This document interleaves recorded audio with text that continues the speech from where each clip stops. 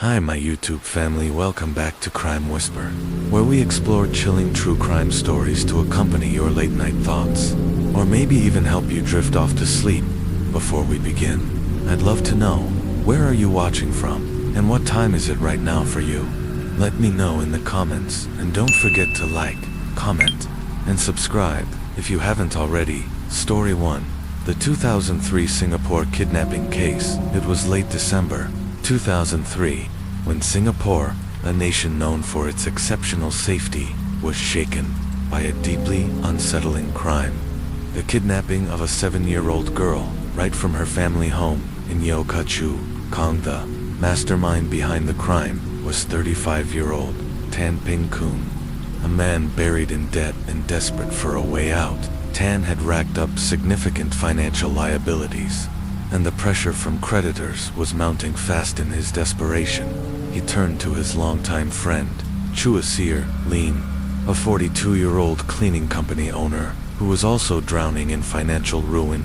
Chua reportedly owed around 600,000 Singapore dollars, and just like Tan, he was desperate. The two men, bound by financial chaos and hopelessness, began considering illegal ways to solve their problems. At first, they discussed drug trafficking, but ultimately, fearing the risk, they turned to something even more sinister: kidnapping for ransom. Their plan centered on the daughter of a managing director, a man Chua knew through a childhood connection. They believed that by abducting the girl, they could pressure the wealthy father into paying a large sum of money. After days of planning, they chose Christmas Day, December 25th. To carry out the abduction. They believed the festive atmosphere would make the family more relaxed and less alert. Car with fake license plates.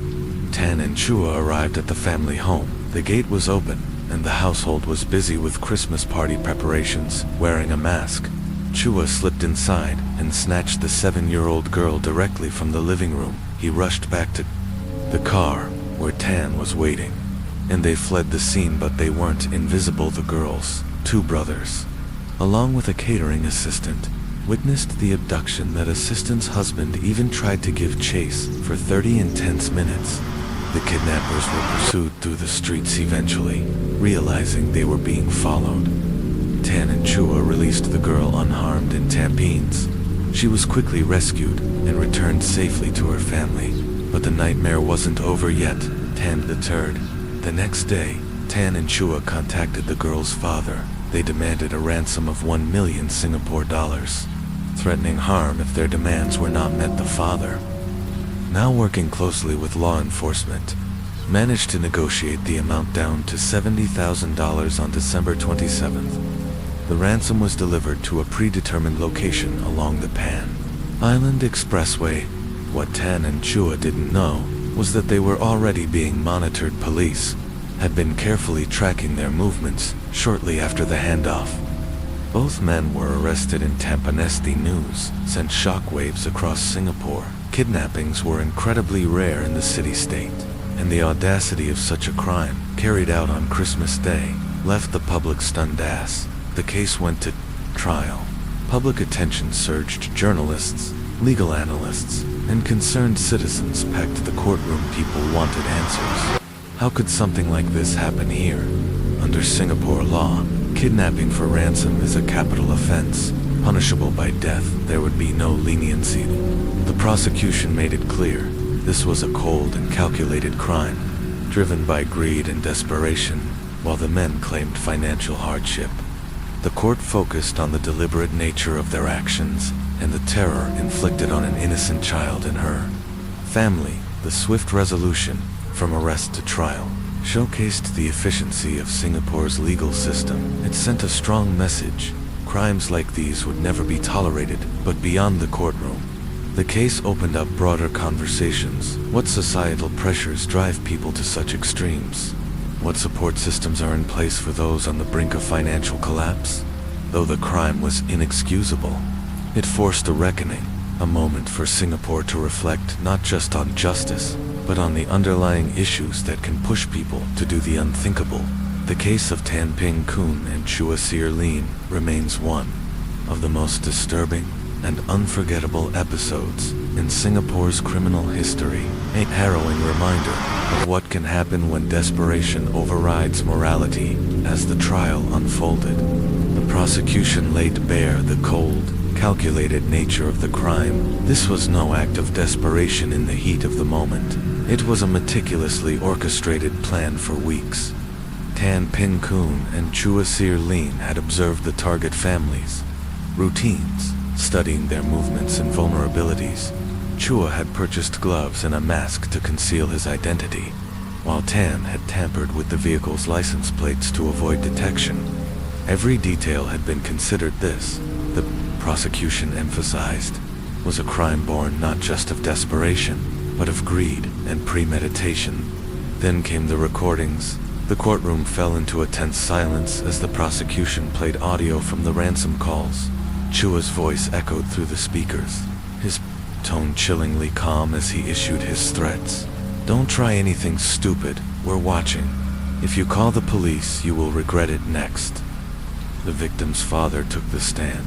A well-respected businessman and pillar of the community, he described the sheer terror he felt during those endless hours, negotiating with kidnappers, not knowing if his daughter was safe or even alive. His voice cracked as he recounted the overwhelming relief of learning she had been found, shaken but unharmed. The child herself did not testify. Psychologists advised against it, fearing it would deepen her trauma, but her story was told through witness accounts. Her brothers, still in shock, described the chaos of that day. The catering assistant who had seen it all unfold testified to how the masked man moved quickly, how the child had screamed, and how a joyful Christmas gathering had turned into panic within seconds. Perhaps the most damning evidence was surveillance. Footage from the ransom drop. The grainy video showed Tan and Chua arriving in their car. Tan stepped out, retrieved the bag of cash, and the two fled, unaware they were already being followed. Undercover officers had begun tailing them immediately, leading to their arrest just hours later. In Tampin's defense and cross-examination, Tan and Chua's lawyers argued that the crime was a byproduct of crippling financial distress. They painted their clients as broken men, driven to the edge by crushing debt and relentless pressure from creditors. Tan's defense claimed that he had reached a psychological breaking point, that despair had clouded his judgment. Chua's lawyer attempted to downplay his role, suggesting that Tan was the true mastermind, and that Chua had been manipulated into participating. But the prosecution was unmoved. Desperation, they argued, does not justify abducting a child. Many Singaporeans struggled with debt, but almost none resorted to crimes of this nature. This was a methodical operation, not a momentary lapse in judgment. They also revealed that Chua had a prior criminal record, including charges related to fraud. It wasn't extensive, but it painted a picture of a man not unfamiliar with breaking the law when it suited him throughout the proceedings. Tan remained expressionless, unmoved even as evidence stacked against him. Chua, however, appeared visibly distressed at moments. He glanced toward his family seated in the courtroom, his face marked by a mix of shame and dread. The weight of what they had done was finally settling in the impact on the victim. While the child had not been physically harmed, the psychological wounds were evident. Child psychologists testified that she suffered nightmares, separation anxiety, and intense fear. Particularly in the weeks immediately following the abduction, she refused to be left alone, clung to her parents constantly, and struggled to feel safe. Even at home, the crime's impact extended far beyond one family. The entire nation of Singapore felt the aftershocks. Parents became more cautious. Schools reviewed their security protocols. Discussions about safety surged, even though police had swiftly apprehended the culprits and recovered the ransom money. Some questioned whether more proactive measures could have prevented the crime in the first place. Still, the government responded with reassurance. Singapore remained one of the safest countries in the world, they said, but the message was clear. Complacency was not an option. The verdict approaches. Meanwhile, Tan and Chua sat in Changi prison, awaiting their sentencing. The law was crystal clear. Kidnapping for ransom in Singapore is punishable by death. Some legal analysts speculated there might be leniency. The girl had been returned unharmed, the plan had failed, and no actual ransom had changed hands, perhaps. They said the judge would consider life imprisonment instead, but others disagreed. Singapore had long taken a firm stance on violent crime. Kidnapping, especially of a child, was viewed as a grave violation of public safety and trust. As the final day of the trial arrived, the courtroom was filled to capacity. Reporters, legal experts, and curious citizens filled every seat. The nation had followed every development. And now, the moment of reckoning had come. Judgment Day. The judge began by acknowledging the profound seriousness of the crime. Kidnapping, he said, was one of the most heinous offenses under Singaporean law, especially when the victim is a vulnerable child. Even though no physical harm had come to the girl, the psychological trauma and fear instilled in her family and the broader community could not be understated. He noted the extensive planning, the careful execution, and the clear intent to extort money through fear, financial distress. He ruled, could never excuse such a deliberate, calculated act. Then, in a tense courtroom that hung on every word, the judge delivered his final verdict. Conclusion of Story 1. The judge, addressing a packed courtroom, dismissed any notion that financial hardship could ever justify the terror inflicted on an innocent child. Then came the moment everyone had been waiting for. Tan Ping Kun and Chua Sir Lin were found guilty of kidnapping for ransom, but in a decision that surprised many. The judge chose not to impose the death penalty. Instead, both men were sentenced to life imprisonment, with judicial caning, Tan receiving the maximum of 24 strokes, and Chua sentenced to 20. It was a rare outcome. Singapore's legal system is known for its firm stance on violent crimes, particularly kidnapping, but in this case, the court noted mitigating factors, including the fact that the child had been released unharmed and that the ordeal had been relatively brief. These considerations likely influenced the court's discretion. Still, life imprisonment in Singapore means life. There is no parole. Only a rare possibility of clemency from the president has. The verdict was delivered. Chua lowered his head, shoulders slumping, the reality of his punishment finally sinking in throughout the trial. He had seemed more remorseful, often exchanging glances with his family. Visibly broken, Tan remained stoic, unmoved, unreadable. Whether it was denial, defiance, or numb shock was impossible to tell outside the courtroom. Public reaction was immediate and divided. Some citizens felt that justice had been served, that life behind bars was a fate worse than death. Others insisted the court should have imposed the ultimate penalty. To send a stronger message, legal experts weighed in, debating whether this marked a shift in judicial philosophy or was merely an exception due to the unique circumstances for the victim's family. There was relief, but no real closure in post-trial interviews. The girl's father expressed deep gratitude to the police and legal system, but also shared a solemn hope. No parent should ever have to go through what we did. Aftermath within the stark walls of Kangi prison. Tan and Chua began their new lives. There were no comforts, no luxuries, and no hope of early release. Their days were defined by strict discipline, hard labor, and complete isolation from the outside world. The caning, a brutal, physical punishment, was carried out shortly after sentencing, administered by a trained officer. Each stroke could tear through flesh, leaving wounds that took weeks to heal, and scars that lasted a lifetime. It wasn't just punishment, it was a permanent reminder of their crime. Tan, believed to be the ringleader, remained detached. He kept to himself, rarely speaking to other inmates. His previous life, filled with gambling, debts, and failed business ventures, was long behind him. Chua, by contrast, reportedly struggled with deep regret.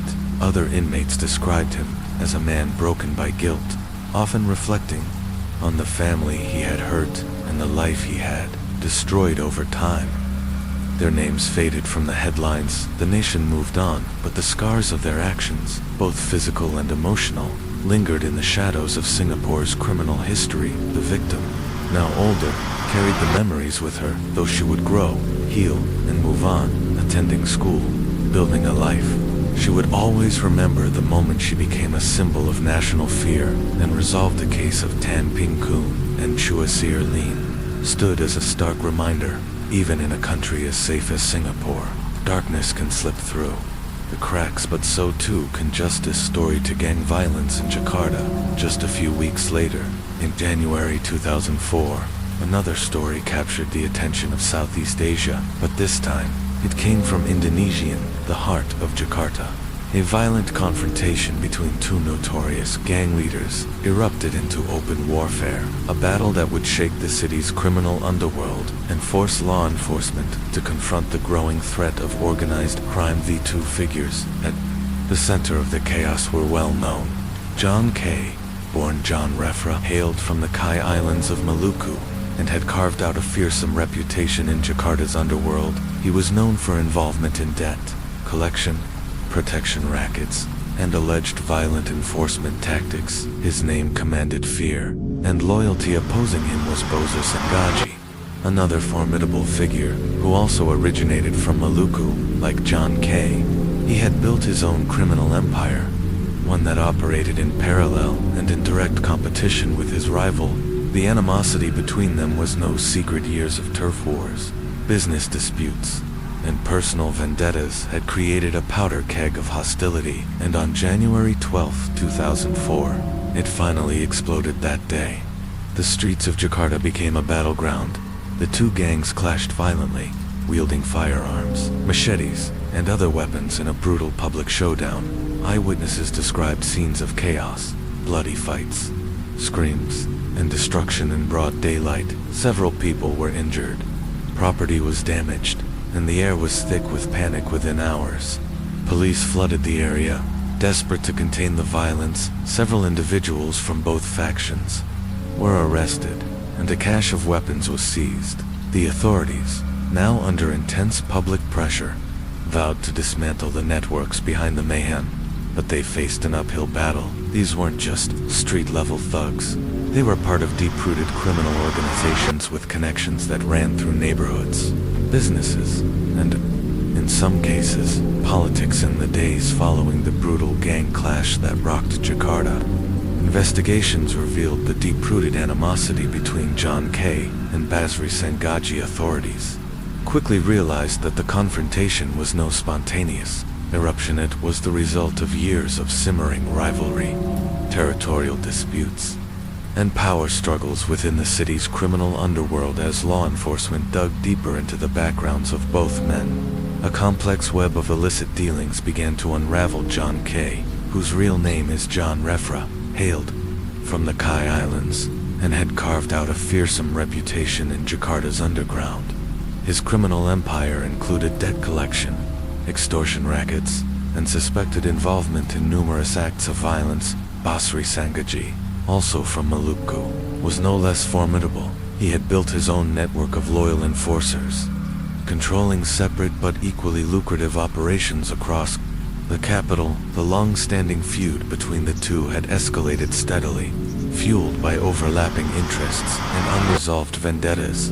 The violent eruption on January 12, 2004, was not only a culmination of this conflict, became a national crisis. The battle between the two gangs took place in a busy commercial area, transforming city streets into war zones. Gunfire rang out, machetes were drawn, and terrified civilians fled in every direction. Several gang members were severely injured, and at least one fatality was reported in response.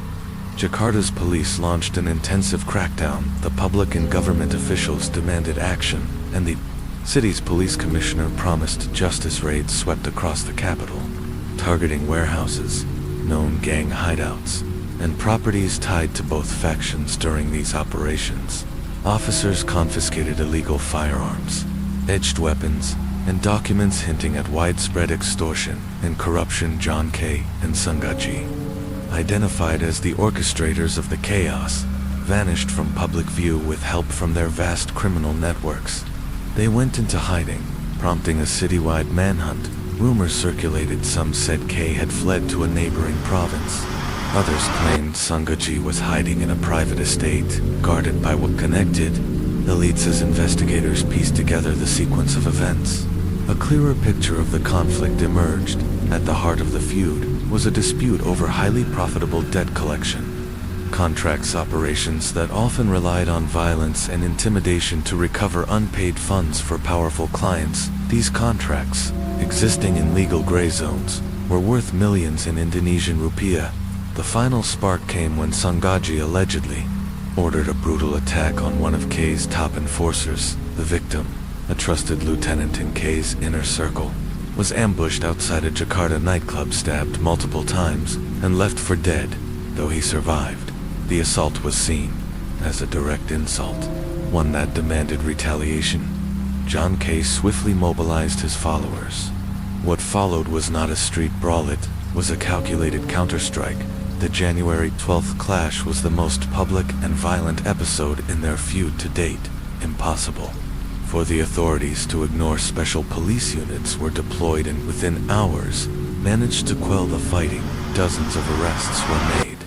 Yet both gang leaders managed to evade capture. What followed was a prolonged, intense effort to track them down. Undercover agents infiltrated criminal circles. Surveillance units monitored suspected safe houses, and pressure was applied to anyone believed to be harboring the fugitives at one point. Government officials even hinted at the possibility of military intervention, a rare and drastic measure, underscoring the severity of the crisis. Public opinion was sharply divided. Many citizens were horrified by the violence and the lawlessness it revealed, yet others viewed the two men with conflicted admiration. In certain neighborhoods, K and Sangaji were seen as protectors, dangerous men, yes, but ones who also provided financial aid, jobs, and a twisted sense of order in places where the state often failed to intervene. This complex dynamic made it even harder for authorities to secure witness cooperation, loyalty, fear, and a code of silence held fast. Then, in a dramatic turn, John K. was finally captured acting on an anonymous tip. Police stormed a secluded villa on the outskirts of Jakarta. The operation was swift, but not without resistance. K's men attempted to hold off officers, but were ultimately overpowered. K, once a towering figure in Jakarta's criminal landscape, was arrested without further bloodshed. His arrest marked a turning point, while Sangaji remained at large a little longer. The momentum had shifted. The government renewed its efforts to dismantle the sprawling criminal empires. Both men had built legal proceedings against K, began shortly after, drawing widespread media attention and public scrutiny. Prosecuting figures of his stature proved difficult, complicated by corruption, fear, and influence within the judicial system. Yet the message was clear. The era of untouchable gang lords operating in plain sight was being challenged. The 2004 gang war between John K. and Basri Sangaji remains a defining moment in Indonesia's struggle with organized crime. It exposed not only the brutality of Jakarta's criminal networks, but also the systemic vulnerabilities that had allowed them to flourish for so long. And though the city has since moved on, the legacy of that bloody day lingers in the tightened security, in the memories of those caught in the crossfire, and in the enduring efforts to ensure that such a violent spectacle is never repeated. As police approached the villa on the outskirts of Jakarta, a tense standoff erupted. John K.'s men resisted, but they were quickly overwhelmed by the sheer force of the raid. When officers stormed inside, they found K seated calmly in a leather chair, composed, emotionless, as if he'd been expecting them. With cameras flashing and journalists swarming the scene, K was led out in handcuffs. He didn't resist. His expression remained confident, even defiant, like a man who understood that this was only a skirmish in a much larger war. Many speculated he had allowed himself to be caught, believing that even from behind bars, his grip on Jakarta's criminal underworld would remain firm. Basri Sangaji, on the other hand, had vanished despite a sweeping manhunt and a series of high-profile raids. Law enforcement couldn't pin him down. Rumors abounded that he had fled the country under an alias, or that he was being shielded by influential backers. Some whispered he'd gone into hiding within Indonesia itself, protected in a heavily guarded estate. As weeks turned into months, the trail grew cold, and the question on everyone's lips became, would Basri Sangaji ever be found? With Kay in custody, prosecutors moved swiftly. He was charged with inciting violence, illegal possession of firearms, and orchestrating organized crime activities. The trial would become one of the most watched legal proceedings in Indonesian history, drawing wall-to-wall media coverage and fierce public debate, even as Kay sat in his cell, awaiting judgment. The empire he had built continued to function. His network of loyal followers ensured that the wheels of extortion, debt collection, and protection rackets kept turning through a network of intermediaries. Kay continued to issue orders, his influence still echoing through the back streets of Jakarta. The absence of both John Kay and Basri Sangaji created a volatile vacuum. Factions, old and new, scrambled to fill the power gap. Some speculated that Kay's organization would fracture without his direct leadership. Others feared that Sangaji's silence signaled a coming storm, that he was simply biding his time before launching a violent return. The streets of Jakarta buzzed with tension, though open conflict had temporarily ceased. The underworld was far from quiet. The war had simply shifted into the shadows instead of gunfire. There were whispers, silent assassinations, betrayals, and power plays that unfolded behind closed doors. Sensing a rare opportunity to dismantle both criminal networks, law enforcement intensified their efforts. More raids were carried out, more arrests were made. High-ranking members from both Kay's and Sangaji's factions were brought in, but the roots of organized crime in Jakarta were deep, far deeper than the authorities had anticipated. Even those in custody often used their wealth, influence, or fearsome reputations to manipulate the legal system in their favor. John Kay's trial unfolded like a spectacle each day. The courtroom overflowed with reporters, curious onlookers, and relatives of both victims and loyalists. The media portrayed him in dramatically different lights, a ruthless warlord to some, a misunderstood anti-hero to others. Public opinion was fiercely divided. The prosecution presented overwhelming evidence, photographs, testimony, and weapon seizures that linked Kay to multiple violent crimes and criminal enterprises. Some witnesses testified under heavy security, their fear palpable. Others refused to come forward at all, either out of loyalty to Kay or fear of what testifying might cost them. The defense argued that Kay was being made into a political scapegoat. They claimed he was no more than a symbol of the government's desperation to appear in control, and that far more dangerous, better connected figures had escaped justice. They highlighted inconsistencies in witness statements and challenged the credibility of the evidence presented. Despite the fierce legal battle, the outcome was inevitable. The weight of evidence could not be denied. John Kay was found guilty on multiple counts and sentenced to a long prison term, one that would keep him behind bars for years to come. Yet, when the verdict was read, there was no sense of closure. The courtroom was silent. Everyone present understood this was not the end of the war, only a redrawing of its lines in the aftermath. Jakarta's criminal landscape began to shift again. With Kay removed, various lieutenants and rival groups vied for his territory.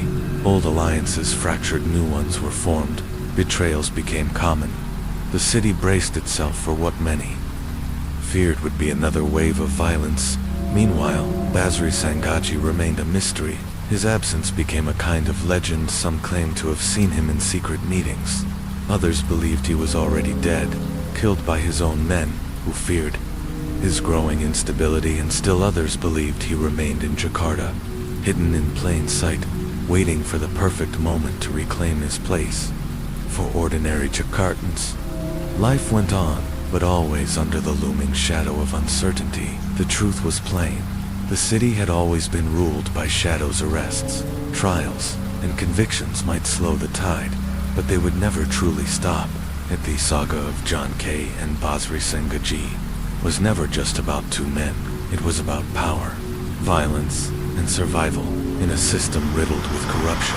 It was about the line between justice and vengeance, and how often that line is blurred. Their story wasn't an end, it was just another chapter in Jakarta's long and dangerous Dance with the Underworld Story 3, The Murder of Bone Hardono, Ananoy in January 2004.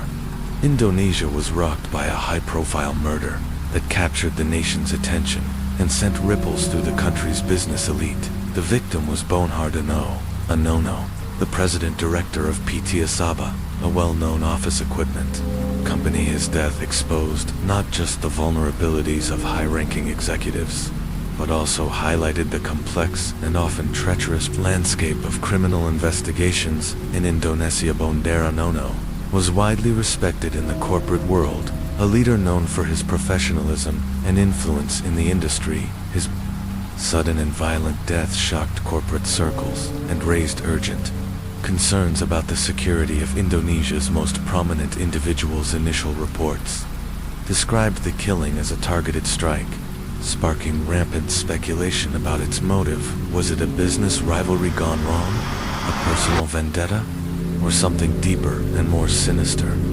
These questions loomed as law enforcement launched an investigation under intense media scrutiny, and mounting public pressure for swift justice. Detectives began working around the clock, combing through evidence, interviewing witnesses, and mapping out the web of Anono's personal and professional relationships. As days passed, multiple persons of interest emerged, but one name stood out: Andika Pipta, a former longtime employee of PT Asaba, who had been dismissed under controversial circumstances by late January.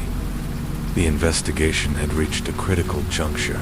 Andika was officially named as the primary suspect, and the trial that followed would grip the nation. The courtroom was packed: journalists, legal experts, and curious members of the public, all eager to witness a case that had become a national obsession.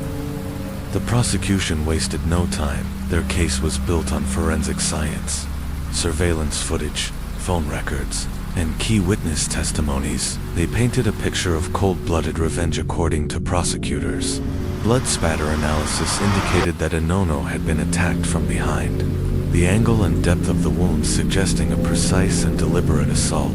This, they argued, ruled out random violence and pointed instead to premeditation. The murder weapon, a knife, was found dumped in a nearby drain. Forensic analysis revealed fingerprints that matched Andika. Prosecutors argued that this physical evidence, coupled with a motive of personal revenge stemming from his dismissal, pointed clearly to guilt. Surveillance footage taken from a nearby ATM on the night of the murder captured a man matching Andika's build approaching Anono's residence, though his face was partially hidden under a cap. Forensic experts enhanced the footage, identifying several facial features resembling the suspect. Further evidence came from phone records, which revealed that Andika had repeatedly tried to contact Anono in the weeks leading up to the murder. An indication, prosecutors claimed, that he had been plotting a confrontation. Witnesses further bolstered the case. A security guard stationed near Anono's home recalled seeing a man pacing nervously outside the property around the estimated time of death. A neighbor walking her dog testified that she had heard raised voices and what sounded like a struggle from the direction of the house. Moments later, she said, she saw a man fleeing the scene, but the defense wasn't about to concede. David Anika's attorney, a seasoned and strategic litigator, launched a fierce counteroffensive. He argued that the prosecution's case was based largely on circumstantial evidence. The fingerprints on the knife, he claimed, could have been transferred through secondary contact. The surveillance footage, blurry and low resolution, was far too unclear to confirm his client's identity. Beyond a reasonable doubt, then, came the defense's boldest move. An alternative theory. They claimed Anono's murder was not about personal revenge at all, but rather a carefully orchestrated hit. Their argument suggested Anono had been entangled in several high-stakes business deals, some of which may have made him dangerous enemies. According to the defense, the killing bore hallmarks of a professional job. They pointed to the clean execution, the timing, and the possibility that someone with far more to lose from Inono's continued presence in the business world had commissioned the act.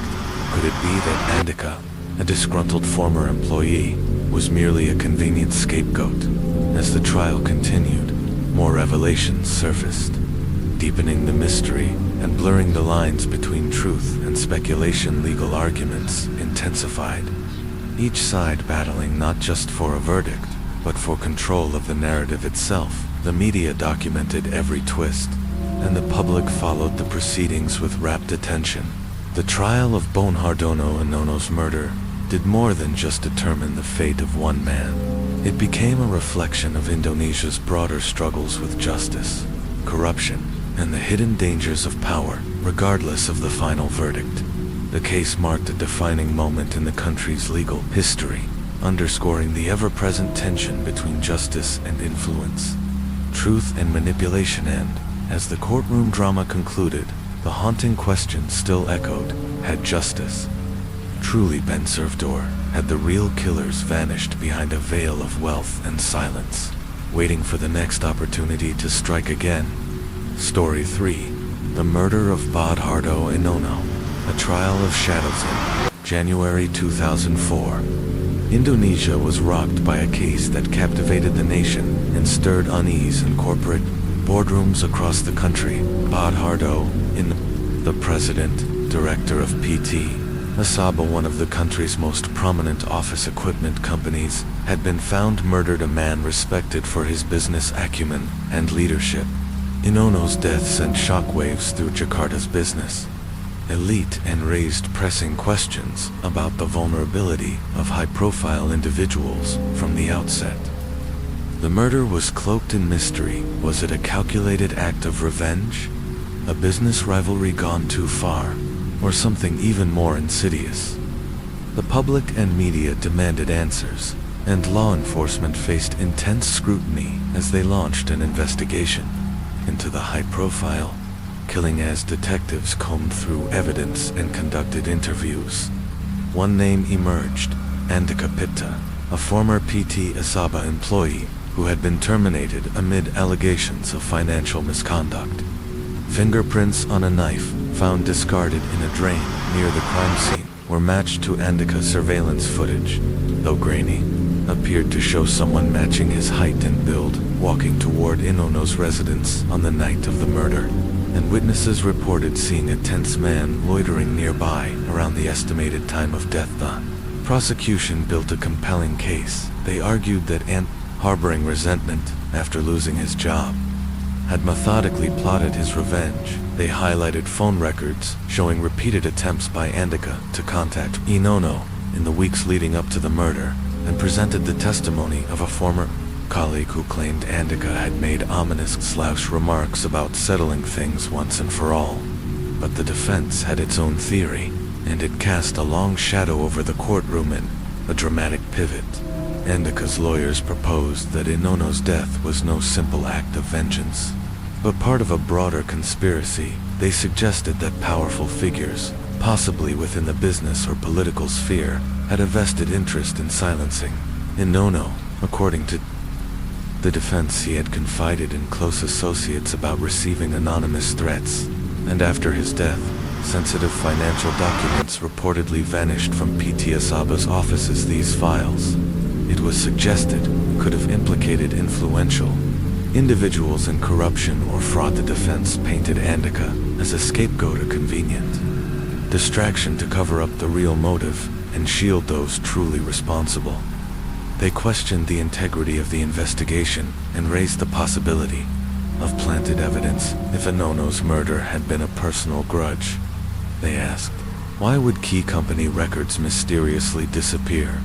The trial became a national obsession, dividing public opinion. Some were convinced Andika was a disgruntled ex-employee who snapped. Others saw him as a pawn swept up in a game of power, secrecy, and deception. As the courtroom braced for final arguments, tension hung thick in the air. The prosecution stuck to the facts: fingerprints, motive, and opportunity. They dismissed the defense's conspiracy theory as speculative and unsubstantiated. The defense, in turn, reminded the jury that if even a shred of reasonable doubt existed, they were obligated to acquit. And then, after weeks of gripping testimony and legal sparring, the case was handed over to the jury for hours that stretched like days.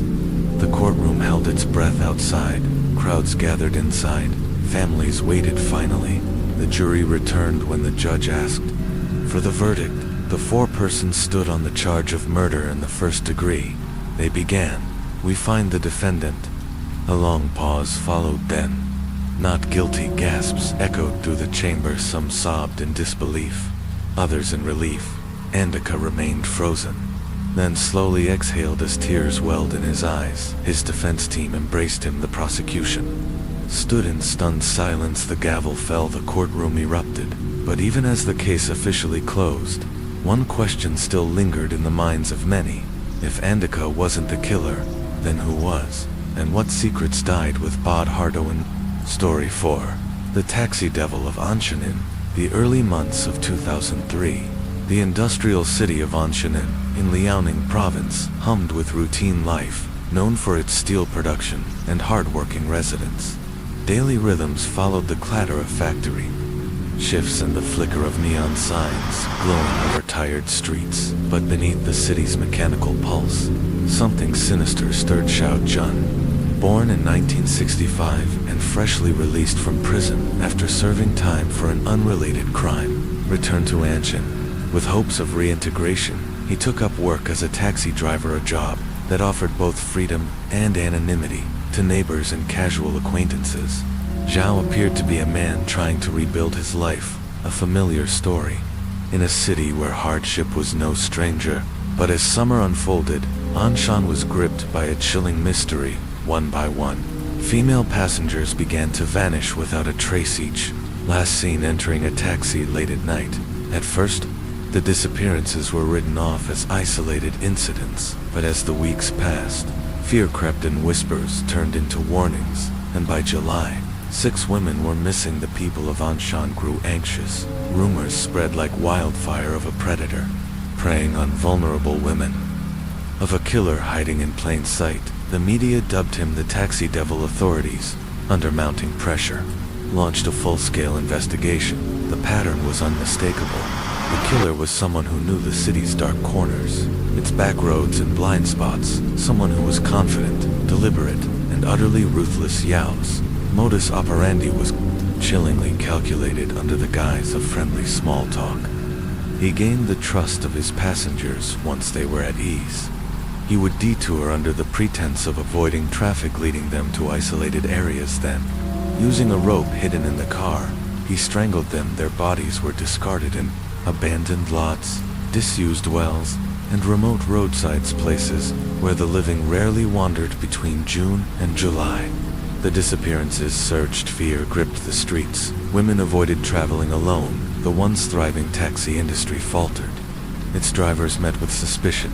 Night in Anshan became a time of anxiety and silence. Police scrutinized thousands of drivers, focusing on those with criminal pasts or erratic behavior. But Zhao evaded capture, growing bolder with each victim despite new safety guidelines, public warnings, and even vetting measures for taxi drivers. He remained a ghost in the system. Then, in late November, everything changed. Young woman, hyper-aware due to the media coverage, noticed something wrong with her driver. The route was off. His demeanor. To calm discreetly, she texted her location to a friend. When she failed to reply minutes later, that friend called the police.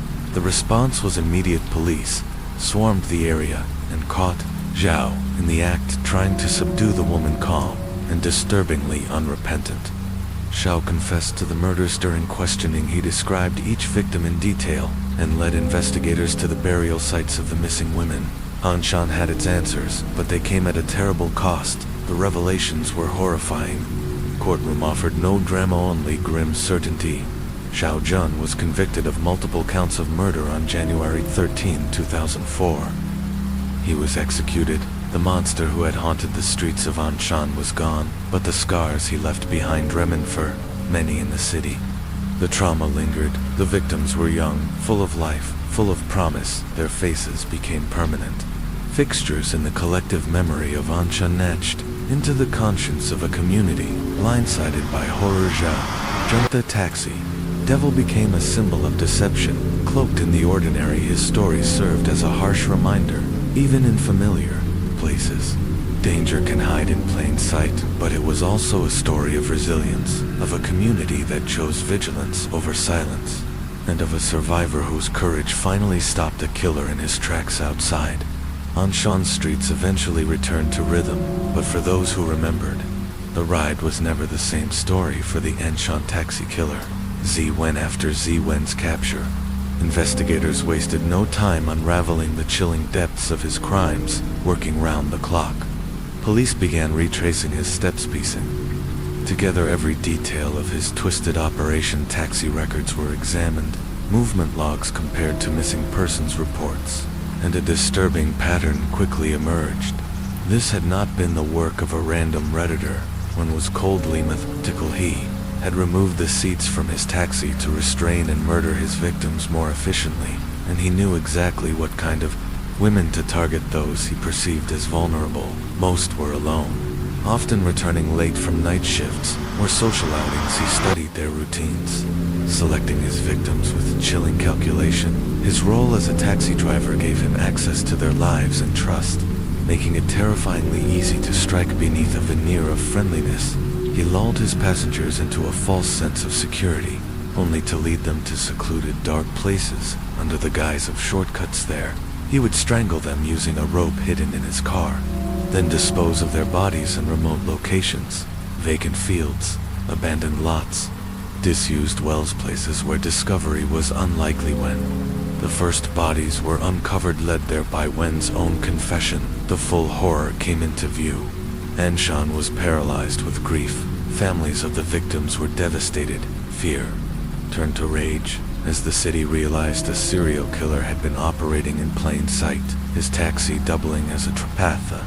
News spread across China. Media outlets swarmed on Anshan. Every detail of the case was dissected. How could this happen? How had he gone unnoticed for so long? Was it a failure of the police, the taxi companies, or a society too trusting of appearances? The trial, held in early January 2004, gripped the nation. Families of the victims packed the courtroom outside. Protesters and onlookers gathered.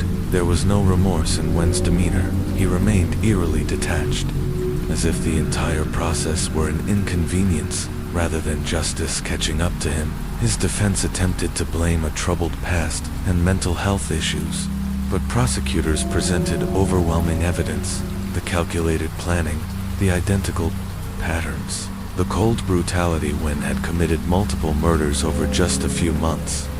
There was no question of his guilt. The court moved swiftly, and on January 13, 2004, he was sentenced to death on the day of his execution. Wen displayed no emotion as he was led to the chamber.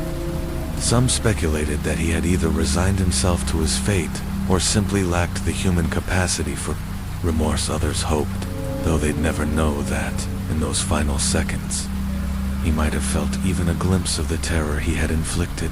Although his death ended the immediate threat, it did little to ease the psychological wounds left behind. The once bustling streets of Anshan now felt different, haunted. The city had learned a horrifying lesson. Evil can disguise itself behind the ordinary. It can drive a cab, it can smile, it can be your neighbor. In the aftermath, changes came swiftly. The taxi industry was overhauled, background checks tightened, vehicle monitoring introduced, and public safety measures enforced. Law enforcement revamped protocols for handling missing persons and responded faster to community concerns. But for many, it wasn't enough, because no reform could bring back the women who were lost for their families. The grief was constant. They spoke through tears of daughters, sisters, and friends who never made it home. They shared joyful memories tainted by sorrow, and they hoped their loved ones would never be forgotten, that their deaths would be a warning to stay vigilant, to protect one another, to never take safety for granted. Again, though the case was legally closed, emotionally, it never truly ended. Wen's crimes left a scar on Anshan that time couldn't erase in years to come. Life would move forward, but With a heavier heart, the horror of what happened was forever etched into the city's soul. The case of Z one was more than a string of murders. It was a chilling reminder of how thin the veil between safety and danger can be, and for Angel, it would remain a grim chapter in history, one that transformed a community, forever devastation that no verdict could heal in the years following the horrifying summer of 2003. The city of Anshan slowly began to change. The once bustling streets now carried a quiet undercurrent of caution. Residents stopped twice before stepping into a taxi, especially alone. And especially at night, the community, once carefree, became tightly knit. Protective neighbors looked out for one another, not out of habit, but out of necessity. It was as though the city itself had dimmed, more somber, and beneath its silence, there lingered an undeniable sense of shared loss. The air held a memory, and that memory was of fearsy local police. Once heavily criticized for their inability to prevent the killings, began to transform. Investigative units were bolstered, resources reallocated, reforms took root, and slowly, trust began to return. There were no further reports of predatory taxi drivers stalking the night, and the people of Anshan began to believe that something good, something necessary had come from there. Pain, but the scars left behind by Joe Wen's actions ran deeper than anyone expected. They weren't just etched in the memories of grieving families, they were embedded into the very soul of the city. For the officers who worked the case, the haunting details never truly faded. Long nights spent dissecting evidence, tracking movements, and confronting the grim confession of Joe. When left, emotional imprints, memories they would carry for a lifetime, even after his execution. Joe Wen's name remained a chilling reminder of evil's capacity to wear an ordinary face. His background marked by early trauma, prison stints, and a quiet life behind the wheel of a taxi became the subject of academic debates and criminological studies. How could such a seemingly unremarkable man become a serial predator? How had the mask of normalcy concealed such unfathomable darkness? Joe's case became a textbook example for scholars, a cautionary tale about criminal psychology and the fragility of public safety. But for Anshan's residents, it was far more than academic. It was personal. Even years later, the fear that gripped the city during those dreadful months would resurface from time to time. Parents told their children never to ride alone. Stories of the taxi devil whispered through alleyways. Especially after dark, Joe Wen had become a permanent fixture in Anshan's collective memory, a ghost of trauma that refused to leave. Yet within that trauma, there was resilience. Shenzhen had been shaken to its core, but it did not collapse. In fact, it became stronger. Families clung to each other more tightly. Every taxi ride was no longer taken for granted. There was a new awareness, a sharpened sense of self-protection, and a commitment to never let such darkness go unnoticed. Again, Joe Wen's crimes would never be forgotten. The 6 lives he stole were mourned deeply and continuously, but so too was the strength of the community that rose in their memory. Anshan learned to live with its scars, because forgetting was not an option. Story 5. United States v. Lara, a landmark in tribal sovereignty. In January 2004, thousands of miles away from Anshan, a different kind of legal battle unfolded, one that would reshape how sovereignty was understood in the United States. The case of United States v. Lara centered on a man named Billy Joe Lara, a member of the Spirit Lake Sioux tribe in North Dakota. After assaulting a federal officer on tribal land, Lara found himself at the center of a legal storm that questioned the very foundation of dual legal authority in Indian country. Before the federal charges were brought against him, Lara had already been prosecuted and convicted by the tribal court for the same offense. He pleaded guilty and served his sentence, but when the U.S. federal government filed its own charges for the same act, Lara pushed back, claiming his constitutional rights had been violated. Specifically, the Fifth Amendment's protection against double jeopardy's defense argued that being tried twice for the same offense, even by 2 separate systems, was unjust and unconstitutional. At the heart of the case lay the complex principle of dual sovereignty, the idea that tribal governments and the federal government are 2 distinct entities, each possessing its own authority to prosecute crimes committed within its jurisdiction. The legal question was deceptively simple. Did both the Spirit Lake Sioux tribe and the federal government have the right to prosecute Lara for the same crime? Or did one trial render the other unlawful? In a narrow 5-4 decision, the U.S. Supreme Court ruled in favor of the federal government. Justice Stephen Breyer, writing for the majority, explained that since tribes are recognized as separate sovereigns, particularly after Congress restored certain aspects of their jurisdiction, they retain the right to prosecute offenses under their authority. Even if federal charges follow, the ruling was monumental. It reaffirmed the legitimacy of tribal legal systems and clarified their power to enforce laws independently of federal intervention. Importantly, it also confirmed that tribal governments could prosecute non-member Native Americans for crimes committed within their reservations, a power that had been uncertain until then for advocates of tribal sovereignty. The decision was a victory. It recognized the autonomy of Native nations and reinforced their legal authority within their territories. However, the ruling wasn't without controversy. Critics warned that it could lead to what some called serial justice, where Native Americans might face multiple prosecutions for the same crime, leading to disproportionately harsh outcomes. Concerns about inconsistent sentencing and potential abuse of the system were raised across legal and civil rights communities. Still, United States v. Lara marked a significant milestone. It addressed deep-rooted questions about identity, governance, and justice in Native American life. It also highlighted the ongoing complexities of balancing federal oversight with tribal self-determination, legal tightrope that continues to be walked today in both Anshin and North Dakota.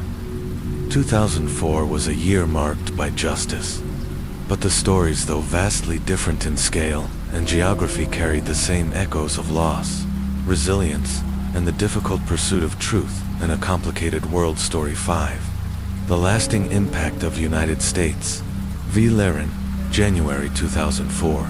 A pivotal legal battle unfolded in the United States, one that would leave a lasting mark on the nation's legal landscape regarding tribal sovereignty and criminal law. The case, United States v. Lara, placed the rights of Native American tribes and the boundaries of federal authority under intense scrutiny. The center of the case was Billy Joe Lara, a member of the Spirit Lake Sioux tribe in North Dakota. Lara was initially prosecuted by the tribe for assaulting a Bureau of Indian Affairs police officer on tribal land. After pleading guilty, he was later charged again for the same incident, time by federal authorities. Lara's defense argued that this second prosecution violated the double jeopardy clause of the Fifth Amendment, which prohibits being tried twice for the same offense. The legal question before the U.S. Supreme Court centered on a principle known as the dual sovereignty doctrine, the idea that separate sovereign entities can prosecute an individual for the same act without violating constitutional protections. The issue was whether both the Spirit Lake Sioux tribe and the federal government could be considered distinct sovereigns for the purposes of criminal prosecution. In a narrow 5-4 ruling, the Supreme Court upheld the federal prosecution. Justice Stephen Breyer, writing for the majority, stated that Congress had recognized tribal sovereignty, granting tribes the authority to govern their own legal matters. Therefore, the tribe and the federal government were considered separate sovereigns under the law, and both had the right to prosecute Lara without infringing on constitutional protections. This decision reaffirmed tribal sovereignty and clarified that tribes, like the federal government, have the power to prosecute crimes committed within their jurisdictions. If those crimes overlap with federal law, it strengthened the idea that tribal nations are not merely historical entities, but functioning, self-governing bodies with legitimate legal authority. However, the ruling also sparked widespread concern, particularly among Native Americans living on reservations. Many feared that the decision could lead to increased instances of dual prosecutions, resulting in harsher punishments and inconsistencies in sentencing. Tribal courts, often operating with fewer resources and under different procedural standards than federal courts, might lack the same level of legal protections and oversight. Critics argued that individuals could face a kind of legal limbo vulnerable to varying interpretations of justice, depending on the jurisdiction prosecuting them. There were additional concerns about fairness. In tribal court systems, some questioned whether due process and impartiality were always upheld, particularly in smaller or more politically influenced tribal governments. The lack of uniform legal standards, such as the right to a jury trial or formal evidentiary procedures, raised doubts about whether Native Americans could rely on these courts to protect their rights. For many legal scholars and activists, the case illuminated the broader, ongoing debate about the treatment of Native Americans within the U.S. legal system. While the ruling was a win for tribal autonomy, it also exposed the fragility of civil rights within overlapping jurisdictions. The ruling became a rallying point for those calling for reforms to elevate tribal justice systems to the same standards seen in federal courts, ensuring that sovereignty did not come at the expense of fairness. In the wake of United States v. Lara, deeper questions emerged about the historical and legal status of tribal nations. The ruling forced a re-examination of the treaties that had long recognized tribes as sovereign entities, entitled to self-governance. Native leaders voiced frustration that these foundational promises had too often been ignored, undermined, or manipulated by the federal government for political convenience. Meanwhile, federal agencies such as the Department of Justice saw the decision as confirmation of their authority to prosecute federal crimes on tribal lands. Even when tribal courts had already acted for law enforcement, this was critical in pursuing cases involving major offenses like drug trafficking, violent crime, and organized criminal activity. But this authority came with a challenge: maintaining the delicate balance between federal oversight and tribal independence on reservations. Legal authority is often split between tribal, federal, and sometimes even state jurisdictions, creating confusion, overlapping responsibilities, and gaps in justice. Coordination between agencies became essential, but difficult in response to the ruling. Many tribal nations began taking active steps to improve their judicial systems, investing in legal training, advocating for procedural reforms, and seeking more resources to ensure fair and effective legal processes. There was also a growing call for federal-tribal partnerships that respected sovereignty while supporting judicial capacity building. Ultimately, United States v. Lara was not just a case about one man's prosecution. It became a landmark moment in the evolving relationship between the U.S. government and Native American tribes. While it reaffirmed the authority of tribes as co-sovereigns under the law, it also served as a powerful reminder that sovereignty alone does not guarantee justice for Native Americans. The ruling underscored both the potential and the pitfalls of their legal independence. The case ignited ongoing dialogue about fairness, trust, accountability, and the need to ensure that justice systems, whether tribal or federal, serve and protect all people equally. Story 5. The legal reverberations of United States v. Lara. The Supreme Court's decision in United States v. Lara marked a pivotal moment in the ongoing struggle to define and respect Native American tribal sovereignty. While the ruling reaffirmed the authority of tribal governments to prosecute non-member Native Americans, it also ignited widespread concern about the implications for civil rights, due process, and the fairness of justice systems operating under dual authority. One of the central issues raised by the case was whether tribal justice systems, often differing significantly from federal standards, could offer defendants the same level of legal protections. Critics feared that Native individuals might face inconsistent rulings or be subjected to prosecution by both tribal and federal courts, leading to harsher sentences without the usual procedural safeguards, such as the right to a jury trial. These concerns deepened long-standing debates about fairness and justice on tribal lands. For many, the ruling exposed a delicate and often strained balance between honoring tribal self-governance and upholding constitutional protections for individuals. Questions arose Could tribal courts truly operate independently without falling under the influence of local politics?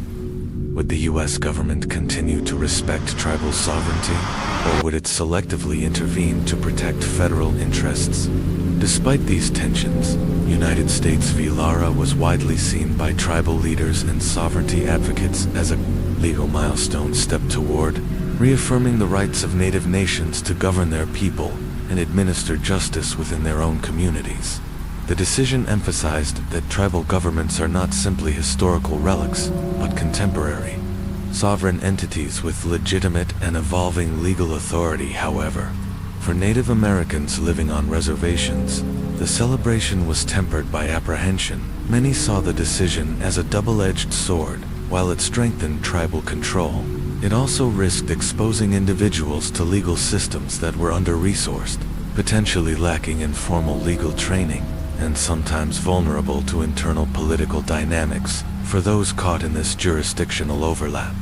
The reality was often confusion, inconsistent enforcement, and uncertainty about their legal rights. The aftermath of Lara prompted serious reflection, both within tribal communities and among federal agencies. Tribal nations began re-evaluating their justice systems, investing in legal education, strengthening procedural safeguards, and demanding more federal support to ensure fair trials. Meanwhile, the Department of Justice took a closer look at how federal prosecutions could coexist with tribal authority without undermining it. This case also reignited broader historical debates surrounding the treatment of native tribes by the U.S. government. Many legal scholars and native advocates argued that, while the legal framework of tribal sovereignty had its foundations in treaties, it had not evolved to fully meet the challenges of modern governance. Too often, federal authority had been used to erode rather than support tribal power. The Lara decision thus became more than a legal precedent. It became a symbol of the larger struggle between two systems of law, each with its own traditions, expectations, and flaws. It raised pressing questions about whether Native Americans could truly trust their tribal courts to deliver justice, or whether the dual sovereignty model placed them at risk of being doubly punished or insufficiently protected. Yet, through the challenges, a sense of resilience emerged. Tribal leaders, legal activists, and community members saw the ruling as an opportunity to push for change, not just in the courtroom, but in the national consciousness. Calls for reform intensified, demanding recognition of indigenous traditions within the broader justice system and equal access to legal protections promised by the Constitution in legal circles.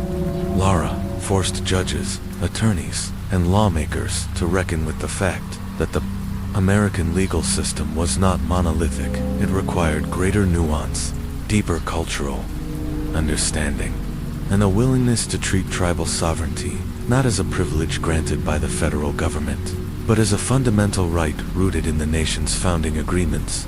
The ripple effects of United States v. Lara were felt far beyond the courtroom. It sparked discussions across universities, tribal councils, legal conferences, and grassroots movements. For many, it was a stark reminder of the United States' ongoing struggle to deliver justice equitably, especially to its indigenous citizens who had long been marginalized by the very systems claiming to protect them. Over the years, the legacy of Lara has been shaped by both progress and persistent challenges. Tribal governments have continued to modernize their legal codes, expand access to public defenders, and seek partnerships with the federal government that respect tribal autonomy while upholding due process. Meanwhile, advocacy for indigenous rights has grown louder, fueled by a younger generation determined to secure justice that is both culturally appropriate and constitutionally sound. Ultimately, United States v. Lara stands as a turning point in Native American legal history, a decision that clarified the bounds of tribal sovereignty, while simultaneously exposing the work still left to be done.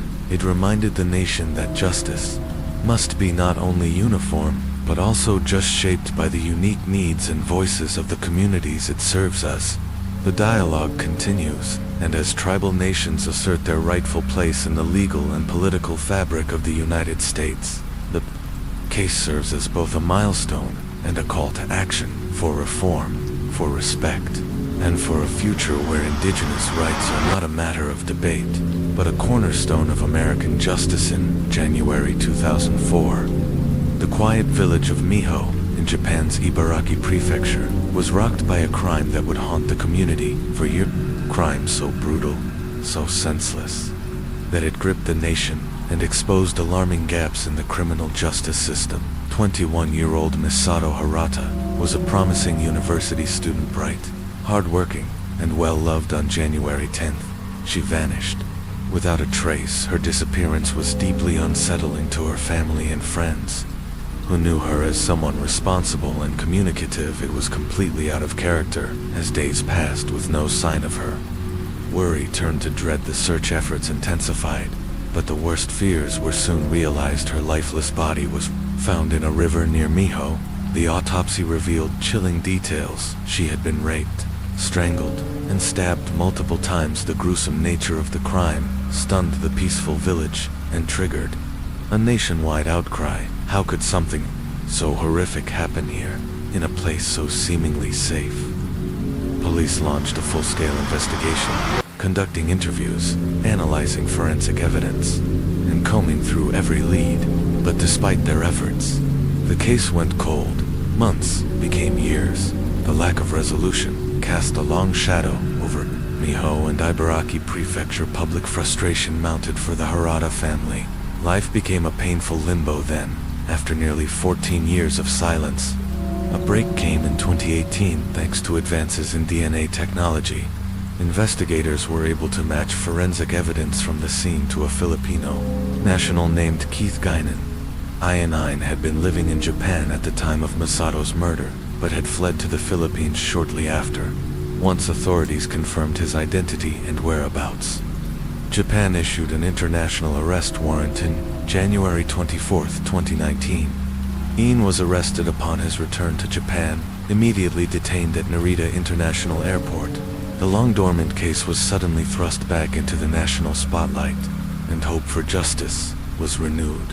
His trial began soon after, capturing national media attention. In 2020, the Tachi District Court found Keith Guinan guilty of the rape and murder of Misato Harada. He was sentenced to life in prison. The court noted the exceptional cruelty of the crime and acknowledged the immense emotional damage inflicted on Misato's family and community. Though the conviction brought a sense of resolution, it could never restore what was lost. Misato's life, filled with promise and hope, had been extinguished in the most violent way imaginable.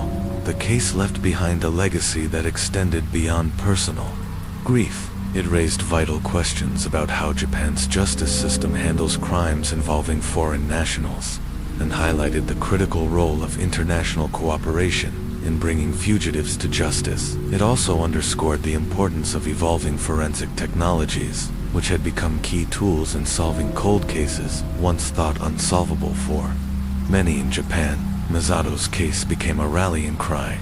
Public discourse shifted, with increasing awareness around the safety of young women in a country often considered one of the safest in the world. The brutality of the attack shattered illusions of rural invulnerability. Women began speaking out, questioning whether enough was being done to protect them in isolated communities. There was also criticism of how easily the perpetrator had been able to flee the country, highlighting systemic weaknesses in border monitoring and international tracking of suspects. As Japan reflected on the tragedy, the Harada family remained at the center of it, all having endured over a decade of unanswered questions and unimaginable loss. For them, justice came late, and at a terrible emotional cost, yet their resilience and pursuit of truth played a vital role in ensuring that their daughter's story was not forgotten today. The murder of Misato Harata stands as a sobering reminder of the need for vigilance, accountability, and justice that transcends borders. It exposed vulnerabilities in the system and forced both society and law enforcement to reckon with the challenges of a rapidly globalizing world, one in which justice must remain persistent, no matter how much time has passed. The tragic case of Misato Harata, a journey toward justice. The murder of 21-year-old student Masato Harada in the quiet village of Mio, located in Japan's Tachi Prefecture, became one of the most harrowing and widely covered cases in recent memory.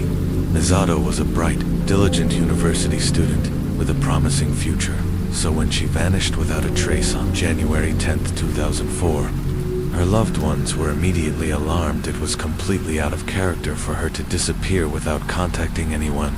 As the days passed, concern turned to fear, and an intensive search effort began tragically. That search ended with the discovery of Masato's lifeless body in a river near Miho. The autopsy revealed horrifying details. She had been raped, strangled, and stabbed multiple times. The brutality of the crime sent shockwaves through the tight-knit community, leaving residents grappling with the fact that such violence had unfolded in their seemingly peaceful village. Authorities launched a full-scale investigation, canvassing the area for witnesses and collecting forensic evidence. Yet despite their efforts, the case remained cold for years. Public frustration grew as the investigation yielded no arrests, and the lack of justice left the community in a prolonged state of unease. It wasn't until 2018, nearly 14 years after the murder, that a breakthrough finally came. Advances in DNA technology allowed investigators to re-examine the evidence.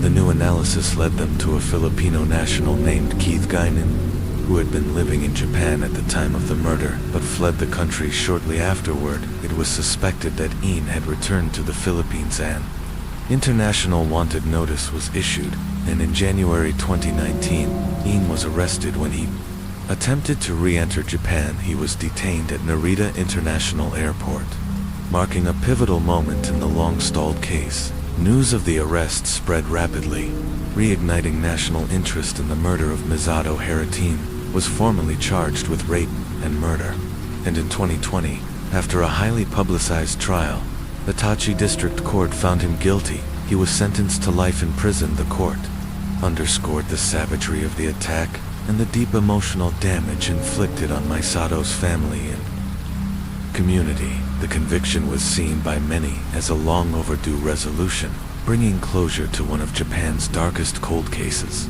But justice, though finally served, could never undo the tragedy for Masato's family. The years without answers had been filled with anguish and despair. Though Ian's conviction offered some relief, it could not bring Masato back. Her parents and siblings had lived through a nightmare, made worse by the belief that the man responsible might never be caught. The case also forced a national reckoning. Japan, often praised for its low crime rates and reputation for safety, was confronted with the harsh truth that no society is immune to violent crime. The public began to reflect on their assumptions about safety and acknowledge that even in rural villages, danger can strike. The handling of Ian's flight from Japan also raised serious questions about the nation's preparedness for dealing with international suspects. His ability to leave the country undetected highlighted significant flaws in cross-border law enforcement cooperation.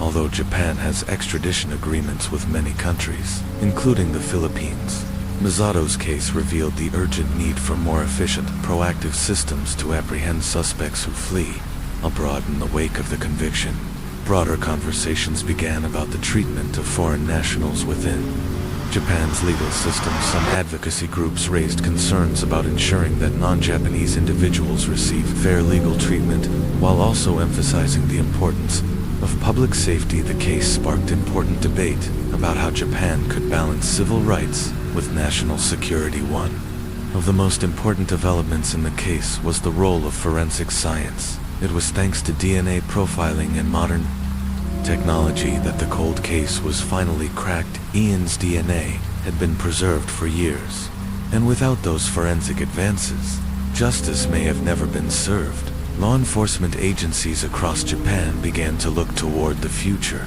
investing more heavily in new tools and training to solve cold cases with similar precision. Harada's murder ultimately became more than just a tragic crime. It became a symbol of systemic gaps, community vulnerability, and the relentless pursuit of justice. It exposed the uncomfortable truth that even nations with strong legal institutions can falter when suspects escape borders, but it also showed that justice, while sometimes delayed, is still possible with perseverance, technology, and international cooperation.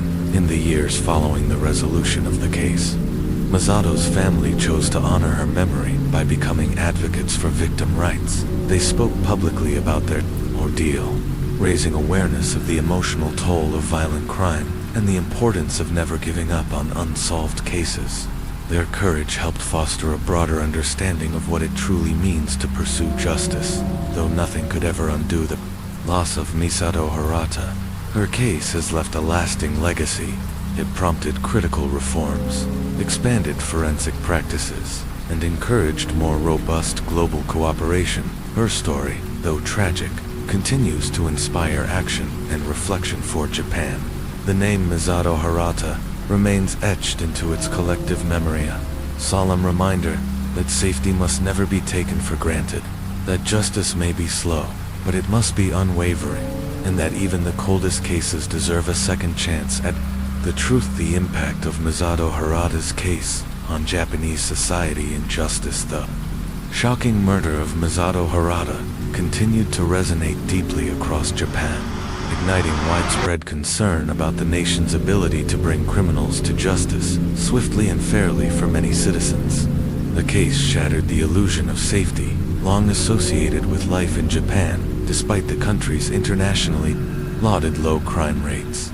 Misato's tragic death was a sobering reminder that no society is entirely immune to violence. As details of the case emerged during the lengthy investigation and subsequent trial, the public was forced to confront the unsettling reality that crime, especially violent crime, could touch any community, regardless of how secure it may seem. The suspect's prolonged fugitive status only intensified scrutiny, particularly regarding Japan's international cooperation on criminal matters and its procedures for extraditing foreign nationals. While Japan had long-standing diplomatic ties and a relatively strong record of legal collaboration with other nations, the Hirata case exposed flaws in the system, specifically in terms of efficiency and the ability to bring suspects back to face trial. This prompted legal professionals and government officials to push for improvements in how transnational cases were managed. In the aftermath of Keith Keon-Ian's conviction, human rights groups and legal experts also seized the moment to advocate for reforms within Japan's justice system, especially regarding the treatment of foreign nationals. The case sparked a broader conversation about fairness, legal transparency, and how to balance national security with the rights of non-citizens living within Japanese borders. At the same time, the case highlighted the transformative role of forensic science in solving crimes. DNA profiling ultimately proved instrumental in linking in to the scene, solving a case that had gone cold for years. Law enforcement took pride in this breakthrough, and the public gained a deeper appreciation for the evolving capabilities of modern criminal investigation techniques. The case catalyzed discussions about continued investment in forensic technology to ensure that even the most difficult cases could be solved with greater accuracy and speed in the future, beyond the courtroom and laboratories. The Hirata case also had a lasting impact on public consciousness, particularly regarding personal safety. The fact that such a violent act had occurred in a quiet rural area like Miho was deeply unsettling. Residents who had once felt immune to such threats now found themselves rethinking their everyday routines. Women, in particular, became more cautious when traveling alone, and communities across Japan began calling for improved surveillance, stronger neighborhood patrols, and better education on personal safety and self-defense. Social shifts coincided with renewed interest in how the criminal justice system could better handle complex and international cases. Legal experts emphasized the need for faster investigations, more transparent legal processes, and policies that reflected the evolving landscape of global crime. The Hirata case, tragic as it was, became a turning point, motivating police departments, policymakers, and prosecutors to take a more proactive stance in addressing both crime prevention and the needs of victims. Families for Masato Harata's loved ones. The trial offered a bittersweet conclusion, while her killer was finally brought to justice. The verdict could never undo the grief they endured in the years that followed. Her family became outspoken advocates for victims' rights. They spoke at public forums, participated in awareness campaigns, and urged lawmakers to strengthen protections for women. Their voices contributed meaningfully to the national dialogue on violence prevention and judicial reform. The murder of Masato Harata did more than draw attention to a single tragedy. Exposed systemic weaknesses, challenged complacency, and inspired real change, from technological advancements in forensic science to diplomatic improvements in international criminal cooperation. Her case left a lasting imprint on Japan's pursuit of justice. Story 7. The Murder of Yukar Kuroda, A Crime of Power, Betrayal, and Deceit. In January 2004. Japan was shaken by a chilling and high-profile murder that would become one of the nation's most infamous cases, not only for its brutality, but for the intricate web of betrayal. It revealed the victim was Yukar Kuroda, a well-known businessman, whose violent death stunned the public and exposed dark secrets behind a seemingly perfect life. On the morning of January 18, 2004, Kuroda's housekeeper entered his luxurious home in the upscale Minato district of Tokyo. To begin her daily routine, what she found was horrifying. Kuroda was slumped over the desk in his study. A gunshot wound to the back of his head. There were no signs of forced entry, suggesting the killer may have been someone with easy access to the home. Possibly someone Kuroda trusted. Kuroda had been the CEO of a multinational company and was considered a giant in Japan's business community. He had wealth, influence, and a reputation for strategic brilliance, but behind closed doors, his personal life was far more complicated. Rumors had long swirled about his infidelity, and whispers of internal financial trouble within his company had begun to surface in recent months. Police launched an immediate and extensive investigation. The initial focus turned to Kuroda's wife, Haruko, who had reportedly been aware of her husband's affairs. Despite this, she presented a solid alibi, claiming she was at a social function with friends the night of the murder. Investigators, though skeptical, could not place her at the crime scene as detectives delved deeper into Kuroda's financial affairs. They uncovered troubling evidence. Irregularities in the company's accounts suggested potential embezzlement. Several of Kuroda's close business associates were brought in for questioning, and many described his increasingly erratic behavior. In the weeks leading up to his death, some hinted that he had been under immense pressure and may have been hiding critical information. Meanwhile, investigators discovered that Kuroda had been part of an elite business circle and exclusive network of powerful men engaged in secretive high-stakes financial ventures. This revelation widened the scope of the investigation, introducing new potential motives and suspects. It became clear that Kuroda's murder might not have been just a crime of passion or domestic betrayal.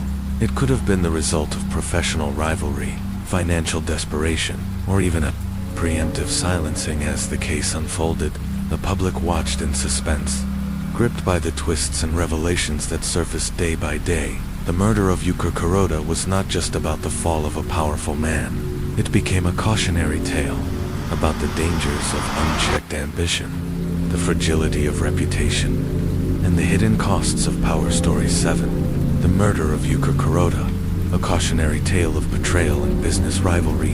In January 2004, Japan was shaken by a gruesome and high-profile murder that would leave a lasting imprint on the country's collective consciousness. The victim was Yukar Kuroda, a wealthy and influential CEO of a multinational company, found dead under suspicious circumstances in his lavish Tokyo residence in the upscale Minato district. On the morning of January 18, Kuroda's housekeeper arrived at the home to begin her duties, only to be met with a horrifying sight.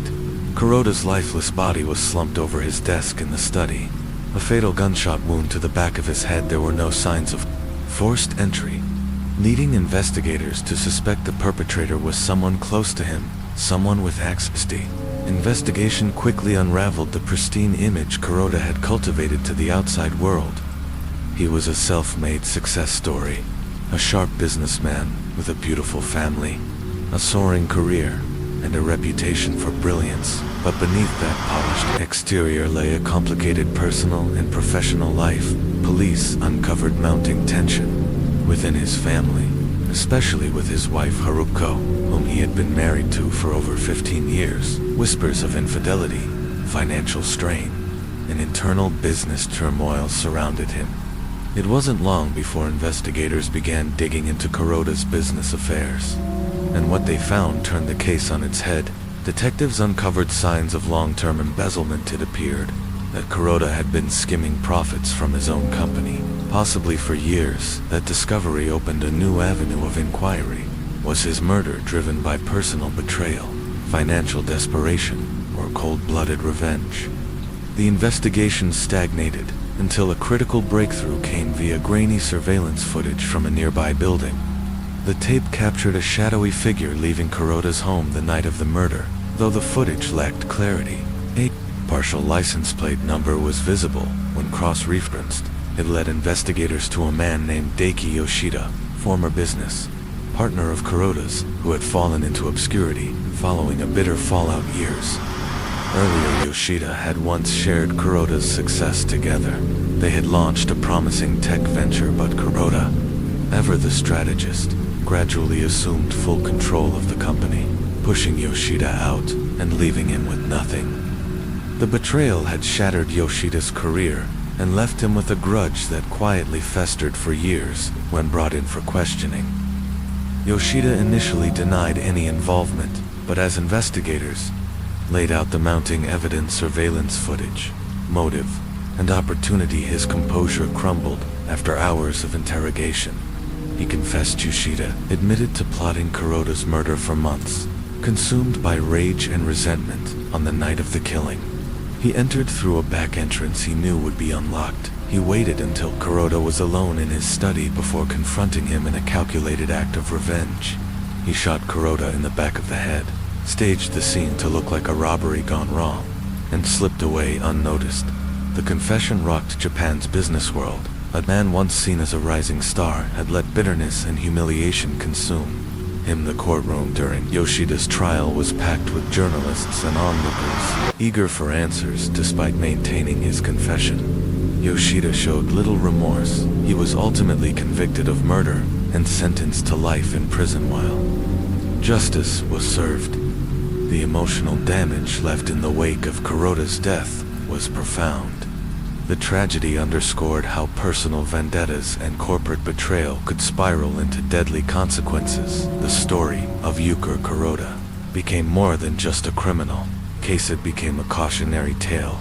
The murder exposed the volatile intersection of ambition, pride, and resentment. It forced Japan's business community to confront the darker realities behind power struggles and personal rivalries.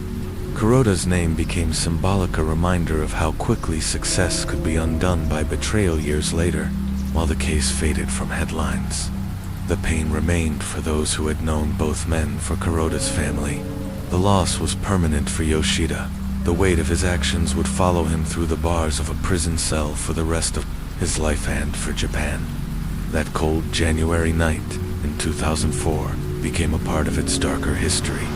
An unsettling reminder of what can happen when ambition turns toxic and old wounds are left to rot. The murder of Yukar Kuroda. At first glance, Yukar Kuroda's life seemed respected businessman, a family man, and a familiar face in Tokyo's corporate circles. But beneath the surface of wealth and success, a web of betrayal, jealousy, and vengeance was quietly unraveling.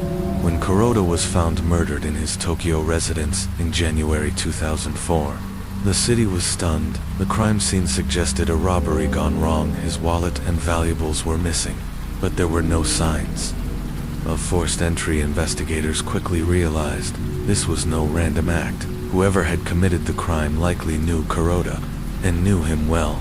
The case initially stalled, with few leads and no eyewitnesses. The only promising clue came from a nearby security camera. which had captured a blurry figure leaving Kuroda's home late that night. Police analysts focused on a partially visible license plate from a vehicle parked near the scene. That plate led them to a rental agency, but the car had been booked under a false name still. The detectives dug deeper through previous rental transactions.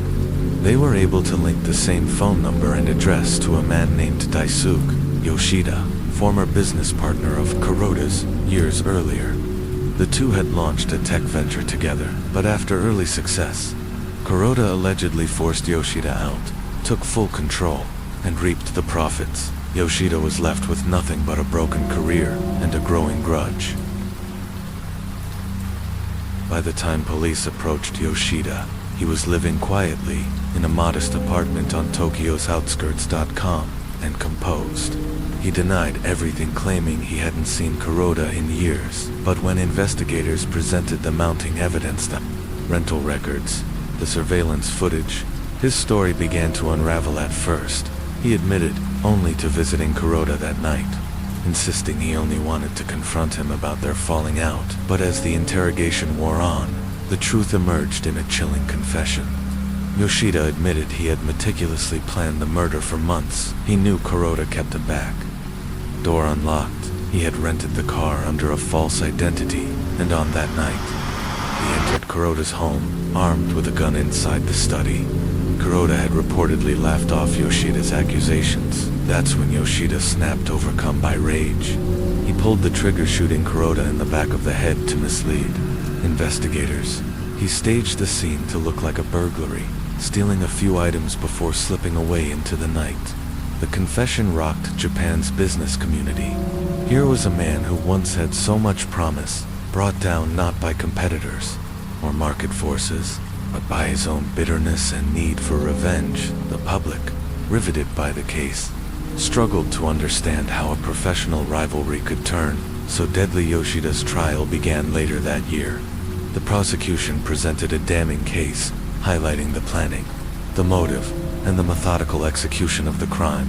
The defense argued that Yoshida had suffered immense psychological pressure and acted in a moment of emotional collapse.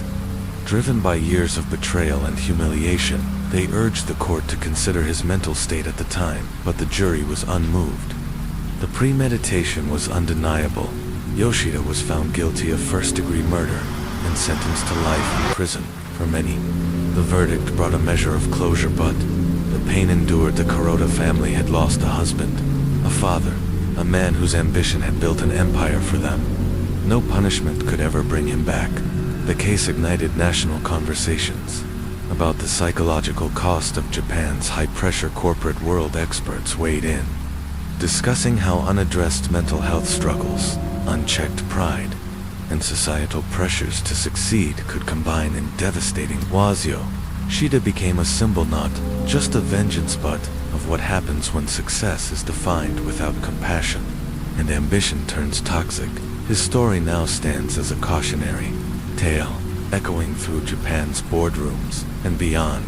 Years later, the memory of that cold January night still lingers. The murder of Yuka Kuroda remains etched into Japan's criminal history, an unforgettable reminder of the deadly consequences that can arise from betrayal, obsession, and the festering wounds of unresolved resentment. Aftermath of the Kuroda murder, the memory of Yuka Kuroda's brutal and senseless death never truly faded for his wife, Haruko Kuroda. The pain was profound and deeply isolating, though she had long been aware of tensions in their marriage. Nothing could have prepared her for the devastating turn their lives would take. In the months following the murder, Haruko withdrew from public life, declining interviews and quietly grieving behind closed doors. Despite the emotional distance that had grown between them, Haruko had loved her husband.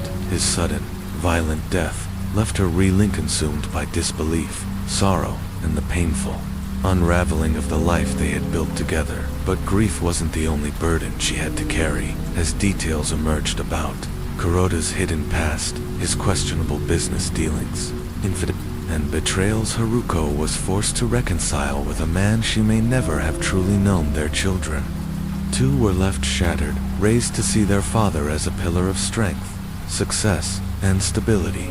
They were blindsided by the media storm that followed. What emerged was a far more complicated picture, one of ambition, deception, and deeply buried struggles. The image of the man they had admired was fractured by revelations of the secret life he had led. The public's curiosity quickly shifted from the horror of the crime to a relentless examination of Kuroda's personal life. His children were left to grieve not only the loss of their father, but the dismantling of the ideal they had once held of him. It was a dual grief, mourning both apparent and the truth that replaced. The path to healing was long and fraught.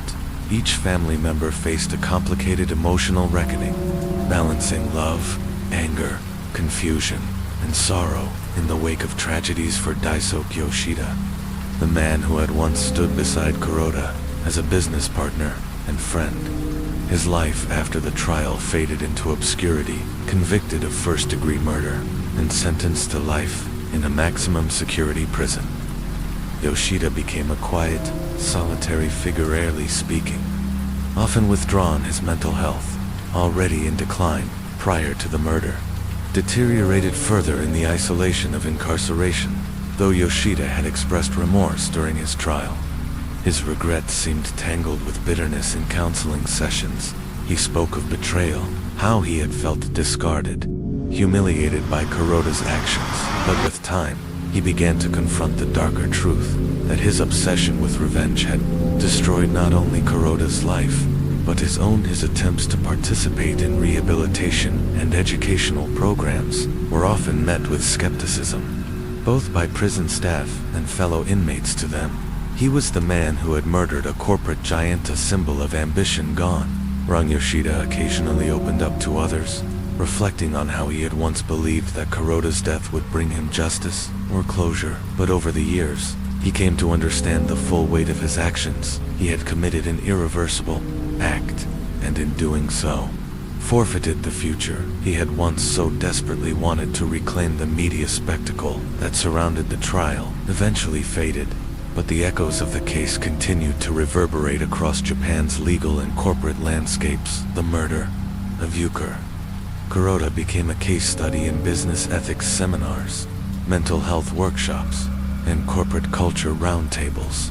It served as a chilling example of how unresolved professional rivalries and personal resentments could spiral into violence. Legal experts and mental health professionals debated the nuances of Yoshida's mental state. Diagnosed with depression and anxiety, some argued that his psychological struggles should have warranted a lesser sentence, but in the end, the court ruled that his actions had been coldly premeditated. Justice demanded many in the public.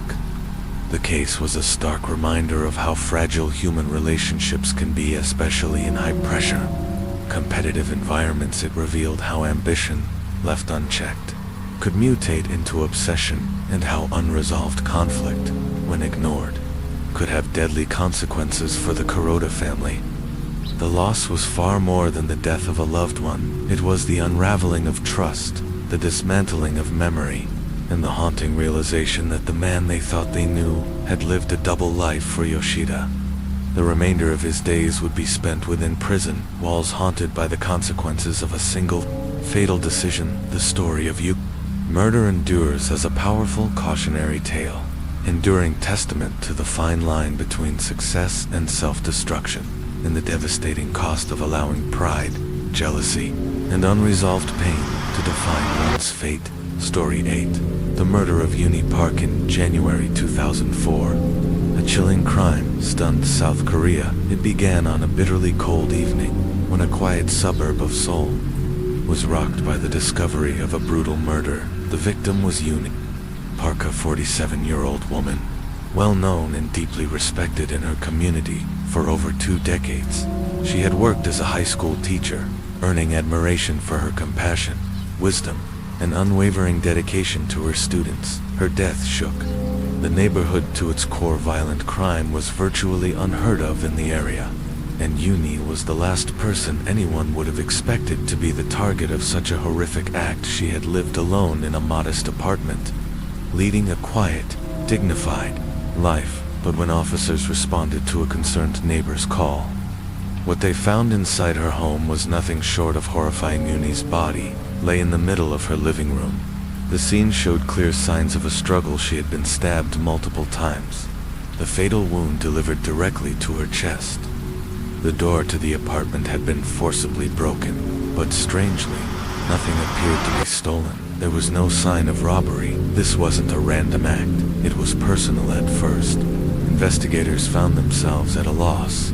Uni had no known enemies. Her private life seemed as calm and uneventful as her public image. She was unmarried, had no children, and had never been involved in any disputes or scandals. The neighborhood itself had no recent criminal incidents, but as police dug deeper into her life, they began uncovering a quiet history of emotional vulnerability, and one particularly troubling online relationship. The breakthrough came when detectives discovered that Uni had been corresponding with a man named Sanho Kim, a 32-year-old software engineer living in another part of Seoul. They had met through a social media platform that was quickly gaining popularity in South Korea.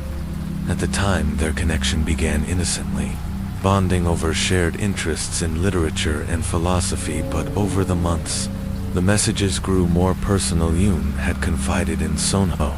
She spoke about her struggles with loneliness and the quiet sorrow of growing older without a partner or children. Teaching had been her life's work, but the solitude of her personal life had begun to weigh on her. Sonho, too, was feeling adrift despite his stable career. He lived a socially isolated life there. Digital bond became a comfort, a shared escape from the emotional distance each was living with. But as their conversations deepened, something darker began to surface. Sanho grew increasingly possessive. His messages became obsessive. Laced with desperation, he pressured Uni to meet him in person. At first flattered, Uni soon grew uneasy and began distancing herself from him, but that rejection only intensified Sonho's fixation. In the days leading up to the murder, the tone of Sonho's messages shifted further now, filled with bitterness, anguish, and feelings of betrayal. He accused her of leading him on, of toying with his emotions. He believed their connection was real more than virtual, and he refused to let go the night of her murder. Sonho convinced Uni to meet in person, framing it as a chance to talk things through and gain closure.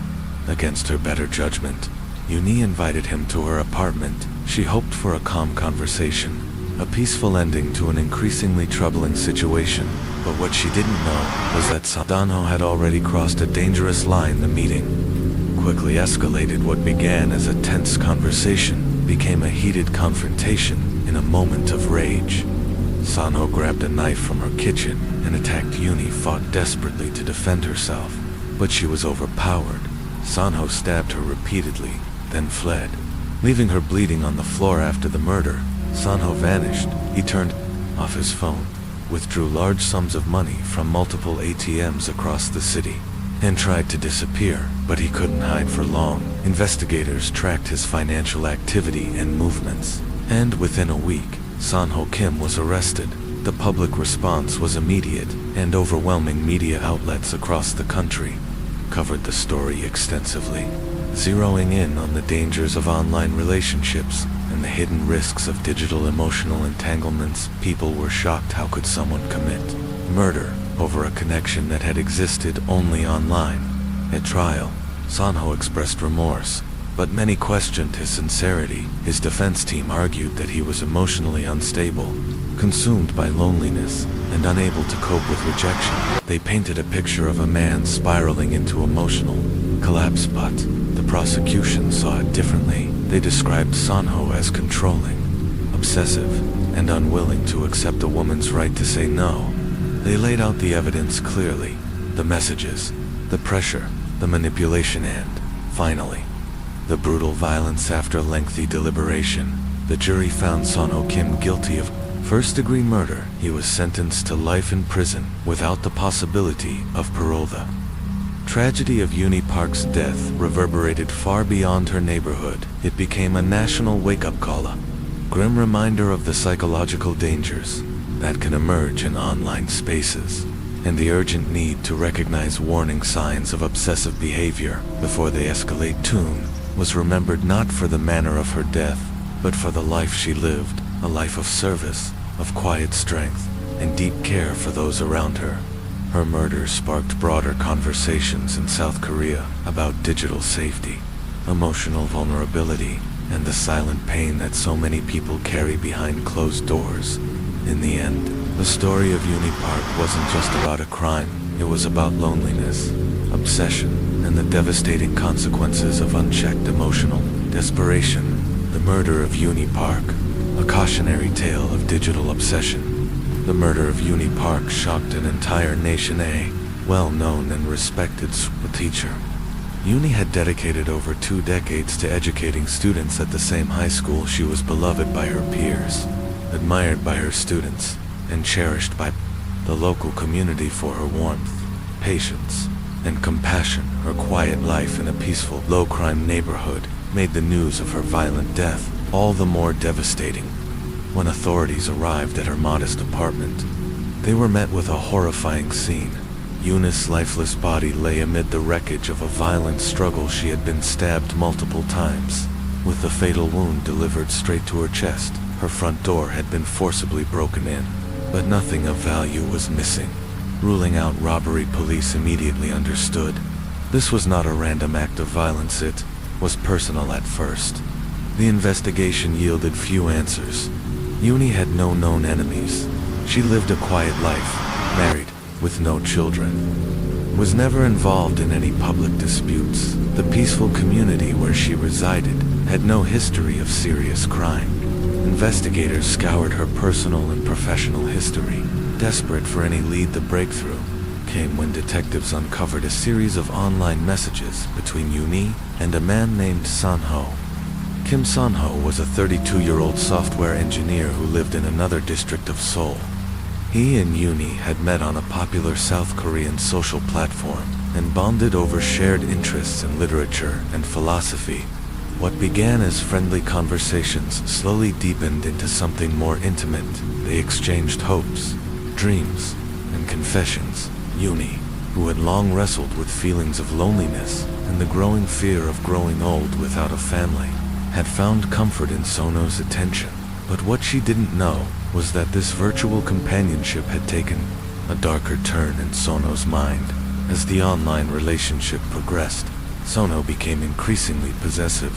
He began urging Uni to meet in person, sending frequent and emotionally charged messages. Uni, sensing the shift in tone, grew uneasy. What initially felt like a supportive connection soon became stifling. She started pulling away, but Sanho wasn't ready to let go. In the days leading up to the murder, Sanho's desperation escalated. Investigators later found messages filled with confusion, resentment, and rage. He felt betrayed by her reluctance to meet, accusing her of leading him on and manipulating his emotions. His tone turned volatile. Eventually, Sanho persuaded Uni to meet face to face, framing it as an opportunity to resolve their misunderstandings. Reluctantly, Uni agreed.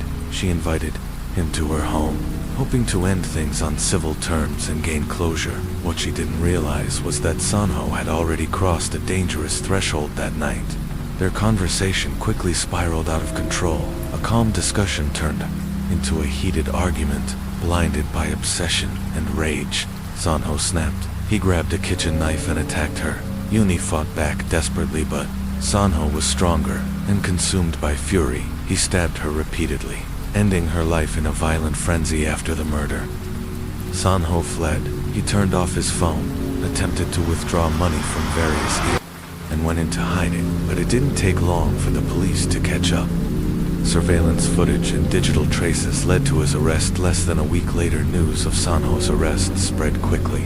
The public reaction was intense. Media outlets across South Korea reported every detail of the case, highlighting the perils of online relationships and the psychological dangers of unchecked obsession. The notion that someone could commit such a brutal act over a purely digital connection was both chilling and eye-opening. During the trial, the complexities of the case came into full view. Sanho, once perceived as an introverted, mild-mannered man, now stood as the embodiment of obsession turned fatal. His defense team argued that he had been emotionally unstable, suffering from severe loneliness and abandonment issues. They painted him as a man emotionally unequipped to handle rejection, whose mental state deteriorated under the pressure of isolation. He was described as someone who had clung desperately to the first person who showed him affection, only to spiral into despair when that bond began to fade. His attorneys claimed that his mental health struggles had overwhelmed his ability to control his actions throughout the trial. Sanho appeared subdued and withdrawn. He didn't deny the murder. Instead, he expressed remorse, offering repeated apologies to Yuna's family and admitting he had lost control. But for many, his words rang hollow. The prosecution presented a starkly different picture. Sanho Kim was not a man overcome by emotion, they argued, but one who had made a conscious choice to commit murder. They emphasized that Yuni had made her boundaries clear, and Sanho's refusal to accept them was not just troubling. It was dangerous. His calculated efforts to cover up the crime, fleeing the scene, withdrawing money, and hiding were signs of premeditation. They argued his obsession had mutated into entitlement when Yuni refused to give him the affection he believed he deserved. He lashed out in the most violent way imaginable. His inability to accept her autonomy was the root of his rage. The emotional toll on Yuna's family was heartbreaking. Her parents sat through the trial reliving their daughter's final moments. Her mother, especially, struggled to accept the loss. Yuni had dedicated her life to others, her students, her community, and now her life had been taken by someone she never even met in person. The pain of knowing that her daughter had died alone, in terror, at the hands of a virtual stranger, was unbearable. As the trial concluded, the jury delivered its verdict: guilty of first-degree murder. Sanho Kim was sentenced to life in prison, with no possibility of parole. The judge acknowledged the emotional anguish Sanho had experienced, but made it clear, emotional distress does not excuse taking a life. His actions were not just violent, they were selfish and irreversible. The case of Yuni Park continued to dominate public discourse for months. Psychologists, mental health advocates, and online safety experts spoke out, calling for better education on digital relationships and more awareness of mental health struggles, particularly among isolated and emotionally vulnerable individuals. Yuna's murder became a national reckoning, a cautionary tale about the dangers of obsession, the illusion of digital intimacy, and the urgency of seeking help before emotional pain turns into tragedy. Her death spurred deeper conversations about mental health, loneliness, and the digital age's impact on how we connect and disconnect from one another. And so the trial of Sanho Kim came to a close nod with relief, but with a grim sense of finality. While the verdict brought a measure of legal resolution, it did little to ease the emotional aftermath for the family of Yuni Park, or the community she had so lovingly served. For Yuni's parents, the loss was incomprehensible. No ruling, no sentence, could bring back the daughter who once filled their home with laughter and purpose. She would never walk through their door again. She would never return to the classroom where she had inspired countless students. The void her absence left behind was deep, echoing with the memories of a life so suddenly and violently taken. What hurt the most was how quietly the danger had crept, and Yuna's family had known nothing about the online relationship that led to her death, one that had developed in the shadowy, private corners of the internet. A digital bond that began with curiosity and conversation, but ended in a nightmare for her community. The case shattered the illusion of safety. People who had known Yuni as the warm, devoted teacher, one who stayed after school to help students, who remembered birthdays, who gave freely of herself, were left grappling with the cruelty of her fate. Her death was a stark reminder that even the most peaceful neighborhoods aren't immune to the violence born of online obsession and emotional isolation. As the media coverage intensified, the tragedy forced an urgent national conversation in South Korea about the growing risks of internet-based relationships. Public service campaigns were launched to educate especially the younger generations about the potential dangers of forming close emotional ties with strangers online. Psychologists and behavior experts began speaking out, warning of how the internet, while a powerful tool for connection, could also become a breeding ground for obsession. Without the subtle cues of body language or tone, people could project their deepest hopes or insecurities onto others, with no reality to ground those feelings. Rejection, when it came, could feel catastrophic for Eunice's students. The grief was particularly raw. She had been more than just a teacher.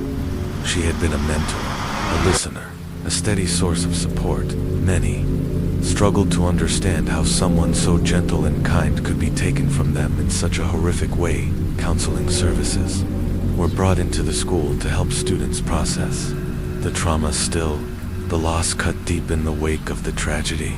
Her school held a memorial service. Former colleagues, current students, and heartbroken parents gathered to remember the woman who had given over 20 years of her life to and uplifting others. Her desk remained untouched for weeks, covered in flowers and notes from grieving students. Her memory, they vowed, would never be forgotten yet, even as her community mourned. Broader societal questions lingered. Was this a singular tragedy, or a symptom of something deeper? Had society become too emotionally disconnected, too reliant on digital communication, to recognize when someone was in pain? The internet had made connecting easier than ever, but it had also blurred the boundaries of intimacy. People could fall in love without ever seeing each other's faces, could share secrets without hearing each other's voices, and in the most tragic of cases, they could mistake obsession for affection. South Korea-like in many countries, mental health remained a stigmatized issue. People often hesitated to seek help, fearful of judgment or shame. In Sun-ho Kim's case, the warning signs had gone unnoticed. His loneliness, his emotional fragility, and his inability to handle rejection were left unchecked until they erupted into violence. His actions, though deeply personal, reflected a broader societal failure. The failure to understand and support individuals struggling with emotional distress. Could this have been prevented? Could anyone have intervened in time? In the aftermath of the case, mental health advocacy groups began pushing for more awareness and access to care. They called for better education about emotional boundaries and healthier relationship dynamics, both online and offline. They emphasized the importance of seeking help before isolation turns into obsession and obsession turns into tragedy for the families involved. Life was forever changed. Uni's loved ones had to learn how to move through a world without her. Sun-ho's family, too, was left to wrestle with the shame and devastation of what he had done. The digital connection that had once seemed so harmless had ended in bloodshed, leaving behind only questions, regret, and a life sentence. Though Sun-ho Kim would spend the rest of his days behind bars, the damage was done. Uni Park, a woman who had given her life to helping others, was gone in the years that followed. Her legacy endured. Former students continued to share stories of her kindness, her patience, her unwavering dedication to education. On the anniversary of her death, the community gathered in quiet remembrance, holding candles, offering prayers, and vowing never to forget. And as for Sun-ho, his story became a cautionary tale, a haunting reminder of what happens when emotional pain goes unspoken, when love turns to obsession, and when the virtual world becomes more real than the one we live in. Uni's murder was not just a personal tragedy. It was a mirror reflecting society's failure to grapple with the emotional consequences of modern digital life. And as the world moved forward, her case remained a chilling example of how human connection, when warped by loneliness and unaddressed pain, could lead to unthinkable consequences. Story 9. The tragedy of G. Krishnasamy Naidu and Chitrabathi Dio Annamalaya Sarian, February 2004. Singapore was rocked by a brutal case that exposed the deeply complex and often hidden layers of domestic violence. At the heart of the tragedy were 37-year-old G. Krishnasamy Naidu and his 39-year-old wife, Chitrabathi Dio Annamalaya. Their marriage, plagued by years of escalating conflict and alleged abuse, would end in a horrifying act of public violence, one that forced an entire nation to confront the limitations of its legal system and the silence surrounding domestic abuse. Krishnasamy and Chitrabathi had been married for several years, but behind closed doors, their relationship was anything but stable. Friends, neighbors, and even co-workers had witnessed signs of trouble, loud arguments, emotional turmoil. and allegations of physical violence despite the evident dysfunction. The couple remained together, perhaps out of obligation, fear, or hope that things would somehow improve. But on April 8, 2004, the cracks in their marriage erupted into something far more dangerous in a violent outburst. Krishnasamy stabbed Chitrabathi twice with a kitchen knife. The injuries were serious, and he was quickly arrested and charged with assault. However, to the disbelief of many, he was released on bail. Pending trial, that decision would later come under intense scrutiny because it placed a woman who had already been brutally attacked back in the path of her abuser. Just over a month later, on May 17, 2004, the simmering tension between them exploded into an unimaginable horror at her workplace in Tuas. As Chitrabathi stepped outside during a routine lunch break, Krishnasamy lay in wait, armed with a chopper he had hidden in a plastic bag. He approached her without warning. What followed was a savage and public execution. Witnesses described the sheer brutality of what they saw. The first blow, a deep, slashing wound to her shoulder, sent Chitrabathi stumbling backward, screaming in terror, but Krishnasamy did not stop. He struck again and again as she fell to the ground. He continued the attack with relentless force, hacking her as shocked co-workers and bystanders fled in fear. One factory worker, frozen in horror, later told the court, "He just kept hitting her. Even when she was down, he didn't stop. It was like he wasn't human anymore." Chitrabathi died from her injuries shortly after the attack. Krishnasamy fled the scene, but turned himself in 9 hours. Later, he was charged with murder under Section 300 of Singapore's Penal Code, a charge that carried the mandatory death penalty. During the trial, the prosecution presented overwhelming evidence of premeditation. They argued that Krishnasamy, who had been released on bail just weeks earlier, had used that time not for reflection or remorse, but to plan his wife's murder. Witnesses testified to his obsessive jealousy, emotional volatility, and deep-seated rage. His decision to attack her at her workplace in broad daylight suggested not only cold calculation, but a desire to shame, punish, and destroy. The defense countered with claims that Krishnasamy had suffered a psychological breakdown, that he acted under extreme emotional distress, and that he never intended to kill. They submitted psychiatric evaluations suggesting he was in a disturbed mental state at the time of the murdering. A surprising turn. The appellate court accepted a partial defense of diminished responsibility. The original murder conviction was reduced to culpable homicide, not amounting to murder. Krishnasamy was sentenced to life in prison, but even as the legal system handed down its final judgment, public debate raged. Why was a man who had already attacked his wife allowed back onto the streets? What more could have been done to protect Chitrabathi? And how many more victims were suffering silently behind closed doors? This case underscored multiple systemic failures: the inadequacy of bail safeguards for violent offenders, the social stigma that keeps many victims of domestic violence silent, and the need for more proactive intervention, both legally and socially. To health professionals and advocacy groups called for urgent reforms. They demanded better counseling services for abuse survivors, stricter bail conditions for individuals charged with violent crimes, and deeper public education about the psychological patterns behind domestic abuse for Chitrabathi's family, friends, and co-workers. Her death was a devastating loss. A life that should have been protected was brutally taken in front of witnesses, and while her killer now lived behind prison walls, the emotional wounds inflicted on those who loved her remained unhealed. Actions and the tragedy that followed serve as a haunting reminder of how quickly unchecked anger, untreated mental health issues, and a lack of institutional support can lead to irreversible consequences. Her murder also spotlighted a larger societal issue. When domestic abuse is ignored, minimized, or left unaddressed, it doesn't just destroy homes, it can spill into the streets and end lives. Chitrabathi's death was not just a personal tragedy, it was a national wake-up call. The courtroom, once a place for justice, became the stage for a far more painful question: could all of this have been prevented? The Shadow of Rage, the Krishnasamy Naidu case. The scene outside the courtroom was tense as families, reporters, and domestic violence advocates gathered some clutching tissues, others pens. Everyone knew that what was about to be decided was more than just a legal outcome.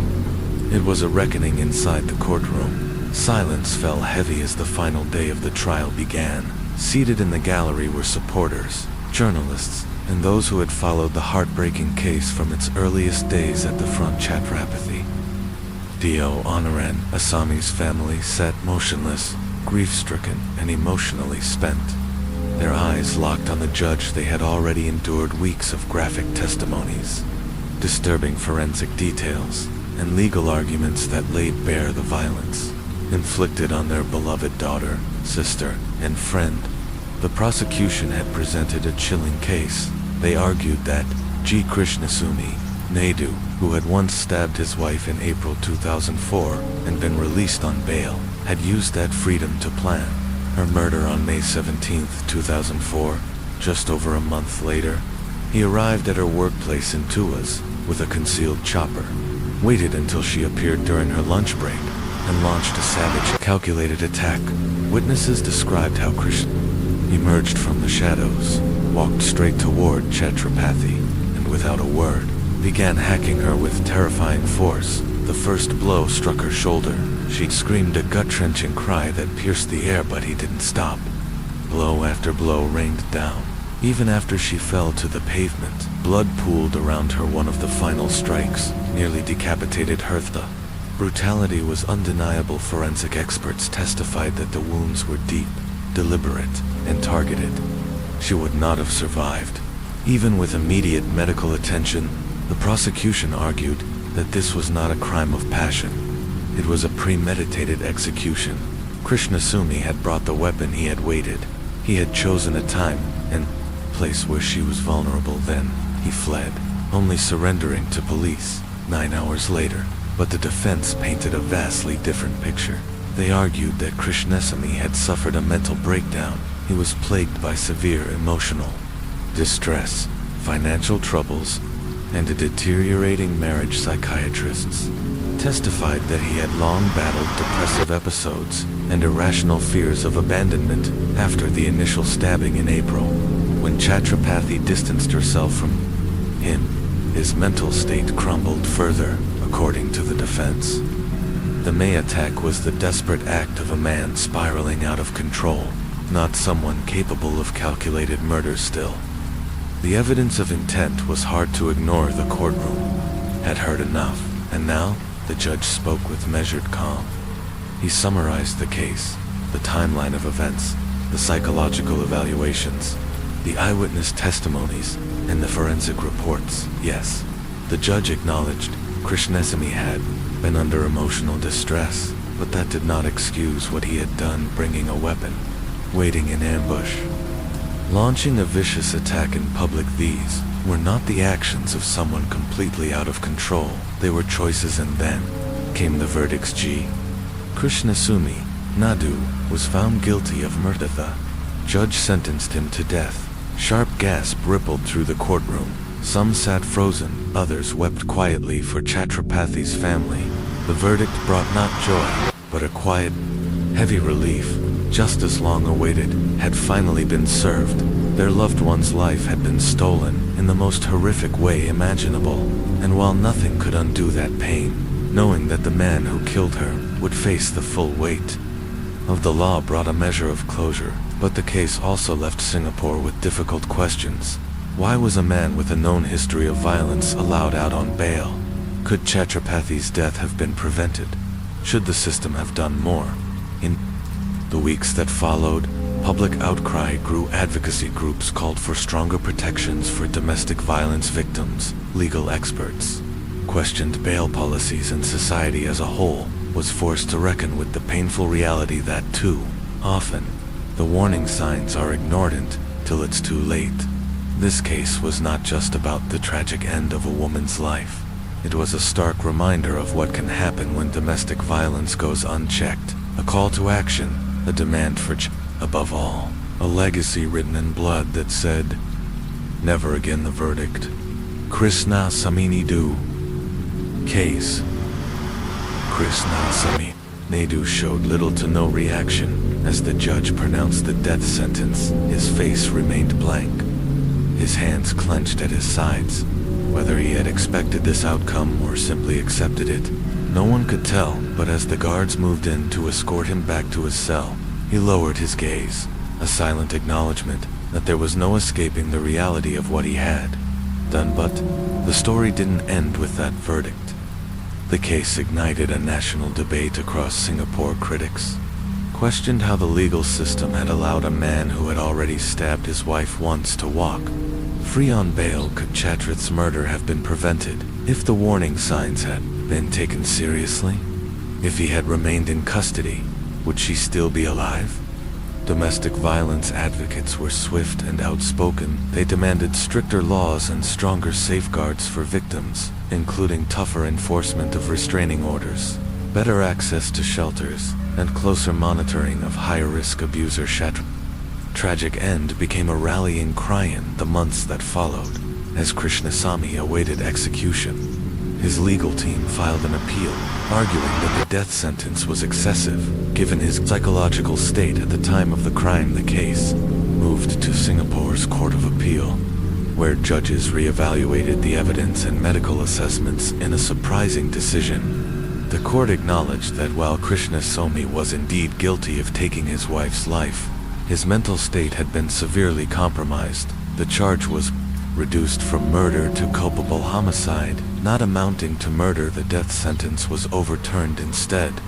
He was sentenced to life imprisonment. This ruling reignited public outrage. Many felt the brutality of the crime, nearly decapitating his wife in public with a concealed weapon, should have warranted the harshest punishment. Others, however, saw the judgment as a necessary recognition of mental illness and emotional instability within criminal cases.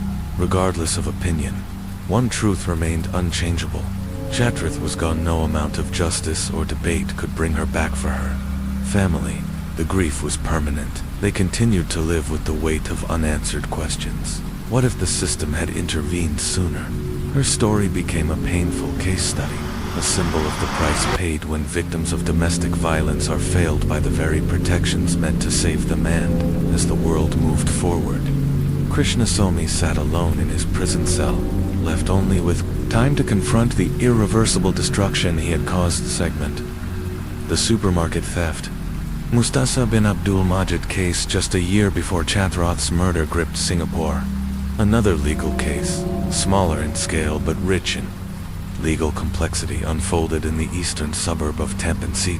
Was the evening of January 27, 2003, when 33-year-old Mustasa bin Abdul Majid walked into the Prime supermarket at Block 823. Surveillance footage later revealed him picking up a carton of Red Bull energy drink, valued at just $2,160, and walking out without paying. The store manager, Madam Neo Lai, followed him outside and confronted him. What followed was a heated argument that ended with Mustasa's arrest. He was charged under Section 380 of Singapore's Penal Code, theft from a building used for the custody of property, a charge carrying up to 7 years of imprisonment. To the prosecution, the facts were clear. Mustasa had taken property without consent and intended to permanently deprive the store of it. Classic theft. But the defense presented a twist. They claimed Mustasa wasn't stealing at all. According to his lawyer, Mustasa had an informal agreement with one of the supermarket's employees, permission to take goods on credit due to his ongoing financial hardship. This understanding, they argued, meant he had no dishonest intent, a key component required for a theft conviction. The trial turned into a careful examination of two questions. Was there valid consent? And did Mustasa truly believe he had the right to take the item? The employee in question took the stand and supported Mustasa's story, but under cross-examination, their testimony began to unravel. Inconsistencies emerged. The prosecution pointed out that this employee wasn't present during the incident, and that Mustasa hadn't informed any other staff member on duty before leaving the store. They also brought up Mustasa's prior history of similar offenses. arguing that even if an agreement existed, it didn't give him blanket permission to take goods at will. The lack of communication, the quiet walkout, was, in their eyes, evidence of intent to steal. The judge ultimately agreed. The court emphasized, must be clear, current, and specific, even if some prior understanding existed. Mustasa had no right to act without informing staff on duty or following the store's protocols. He was found guilty under Section 380 and sentenced to 3 years in prison. Was a small but significant ruling, one that reaffirmed how criminal intent is determined not just by what a person believes, but also by how they act in the moment. Story 10. The case of Mustasa bin Abdul Majid, theft, intent, and the limits of justice. In February 2004, Singapore found itself captivated by a criminal case that went far beyond a simple act of theft. It became a window into the complexities of human behavior and the legal interpretations of intent, consent, and justice. At the center of the case was Mustasa bin Abdul Majid, a 33-year-old man who stood trial for an incident at a neighborhood supermarket, an act that would raise uncomfortable questions about punishment, rehabilitation, and systemic failure. On the evening of January 27, 2003, Mustasa entered the Prime supermarket at Block 823, Tampin Street, 81. He wandered the aisles before picking up a carton of Red Bull energy drinks worth $2,160 without making any attempt to pay. He walked out. It was a small act, but one that would have serious consequences. The store manager, MDM, Neolai, noticed the theft and confronted Mustasa outside. An altercation followed, leading to his arrest. He was charged under Section 380 of Singapore's Penal Code, theft in a building used for the custody of property, an offense carrying a sentence of up to 7 years in prison. The prosecution's case was clear. Mustasa had taken goods without consent, intending to permanently deprive the store of its property. The elements of theft, dishonest intent, and lack of consent were satisfied. They argued, but the defense offered a different story. They claimed Mustasa had no criminal intent. According to them, he had a prior arrangement with a supermarket employee, allowing him to take items on credit due to his dire financial condition. They argued this informal agreement negated the accusation of dishonesty. Mustasa believed he had permission. The trial focused heavily on the definitions of intent and consent. The defense brought the employee to testify, but under cross-examination, their account faltered. Inconsistencies emerged, and the prosecution challenged the validity of any such agreement. They pointed out that even if the deal existed, the employee wasn't present at the time of the incident, and Mustasa had made no effort to inform the staff on duty. Simply walking out with the goods, they said, signaled a clear intent to steal. Compounding the prosecution's case was Mustasa's record. Prior convictions for similar offenses, one in 1999 for shoplifting, and another theft-related charge in 2001, though both had previously resulted in fines. Prosecutors argued that he was a repeat offender who had failed to reform the defense. However, painted a picture of a man under crushing pressure. He had been unemployed for months, previously working as a delivery driver before losing his job. Due to repeated absences, his marriage had fallen apart. His wife left, taking their child. Financially ruined and emotionally frayed, Mustasa borrowed money from anyone willing to lend it: friends, family, acquaintances. But his debts only grew. A psychologist testified that he had been suffering from moderate depression at the time of the offense. The defense pleaded for compassion. Prison wouldn't rehabilitate Mustasa. They argued it would only deepen his despair. They proposed probation, counseling, and job training as alternatives, but the prosecution stood firm. Leniency had been shown before, and it hadn't deterred him. What assurance was there, they asked, that Mus wouldn't offend again? After days of deliberation, the judge delivered his verdict while acknowledging Mustasa's personal struggles. He emphasized that repeated offenses could not be ignored. The court recognizes the challenges faced by the accused, he said, but the law cannot turn a blind eye to habitual disregard for its shop theft.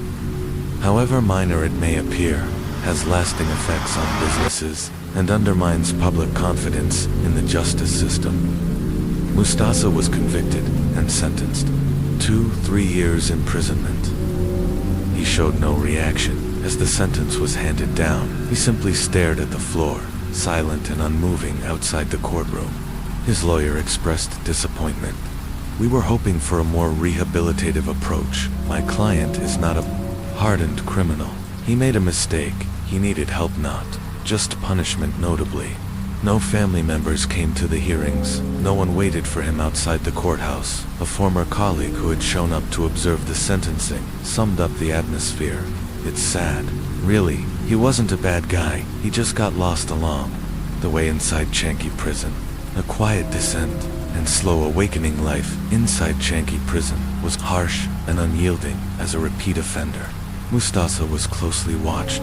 The prison system in Singapore was known for its strict routines, early wake-ups, tightly scheduled work assignments, and very limited recreation at first. Mustasa kept to himself. He avoided contact, rarely spoke, and showed little interest in engaging with others. The crushing weight of his circumstances kept him withdrawn, but with time, something began to shift. He joined vocational training programs and learned basic electrical repair. He sat in on therapy sessions. Although he rarely spoke, counselors described him as quiet and passive, not difficult, not dangerous, just resigned. Still, that small shift was something beyond the walls, a case that sparked public debate outside the prison. The case remained a topic of national discussion. Was a 3-year sentence too harsh for stealing a $21 carton of Red Bull? Or was it a necessary stance in a country that prided itself on law and order? Some saw the punishment as excessive. A man, desperate and struggling, had been punished instead of helped. Others argued it upheld Singapore's zero-tolerance stance on crime and served as a necessary deterrent. The case also prompted broader conversations. How should the justice system handle repeat offenders of petty crimes? Can we distinguish between a career criminal and someone simply overwhelmed by life's hardships? Should rehabilitation be prioritized over deterrence for non-violent offenses? Social service agencies began citing the case in calls for more holistic support systems, access to mental health care, job placement programs, and targeted interventions for at-risk individuals. Counting the days, facing the future as Mustasa neared the midpoint of his sentence, he began contemplating what awaited him on the outside. Would he find a job? Would his criminal record follow him everywhere? Would anyone even give him a chance? These questions lingered as the days wore on, though his demeanor remained quiet. He had changed. He had stopped expecting salvation, but he had started to think about survival. However, wasn't enough whether he would break free of the cycle he had fallen into remained to be seen. His case stood as a stark reminder. Sometimes justice isn't just about guilt or innocence. It's about what we, as a society, choose to do with those who've already fallen through the cracks. The real challenge begins after prison. By the final months of his sentence, Maza was no longer the defiant, withdrawn man who had first entered Changi prison. Prison officials encouraged him to enroll in the Yellow Ribbon Project, a government initiative created to support ex-offenders as they reintegrate into society. It offered vocational training, job placement assistance, and a rare sense of direction. At first, Maza was skeptical. His past had taught him that society rarely forgets or forgives once labeled a criminal. That stain was hard to wash away. Was this just another hollow promise? Another road that led nowhere? Still, with cautious hope, he applied for a job placement program. To his surprise, he was accepted into a basic warehouse training course that guaranteed an interview upon his release. For the first time in years, he felt something stir within, impossibility, while he prepared to step back into the world. His case remained a topic of discussion in legal and social work circles. Some believed his sentence served as a needed deterrent, a message that theft, regardless of circumstances, would not be tolerated. In Singapore, others questioned whether prison had achieved anything meaningful. Could structured support, counseling, or financial aid have redirected him before he broke the law? It raised a difficult but important question. How should a justice system balance punishment with rehabilitation, especially for repeat, non-violent offenders? Release on a humid morning in February 2007. Maza walked out of Changi prison carrying a plastic bag with his belongings. The gates closed behind him. He breathed in freedom, but it felt heavier than he'd imagined. The outside world had moved on. He had no home to return to, no family waiting. He had spent 3 years behind bars, and now he was expected to start over, despite completing his warehouse training. Securing a job proved near impossible. His criminal record clung to him like a second skin. Employers turned him away, some politely, others coldly. Once a thief, always a thief. One hiring manager said Devon, the job interview promised through the Yellow Ribbon Project, fell through with no steady income. Maza turned to day labor, construction work. Cleaning shifts, anything that paid cash at day's end. It was hard. Unpredictable work and temptation lurked in the background. There were nights he considered returning to his old ways. He told himself, no one cared, why should he? But each time, he remembered the walls of his prison cell, the years he could never get back. He reminded himself, he had made it through prison once. He didn't want to go back. A fragile path forward. During this difficult time, Maza reconnected with a former prison counselor who had always believed in his potential. She introduced him to a non-profit organization that supported ex-offenders through them. Maza met a mentor, another man who had turned his life around after prison there. Talks were simple, but for Maza, they meant everything. He finally felt understood. He wasn't alone. Eventually, the non-profit helped him land a job at a logistics company that was willing to give ex-convicts a second chance. The pay was modest, but it was steady. He managed to rent a small room in a shared apartment. It wasn't much, but it was his. A symbol of progress. Months turned into years. The memories of prison never fully faded, but they no longer defined him. He worked hard, saved what little he could, kept to himself, avoided trouble. There was no dramatic redemption, quiet, determined effort. He wasn't looking for sympathy, nor forgiveness. He just wanted to live still. Some doors would always remain closed. That was reality, but Maza had learned to walk around those doors and carve out his own path. He was not the same man who had walked into Prime Supermarket all those years ago. That life was gone, but he had something now he'd never had before.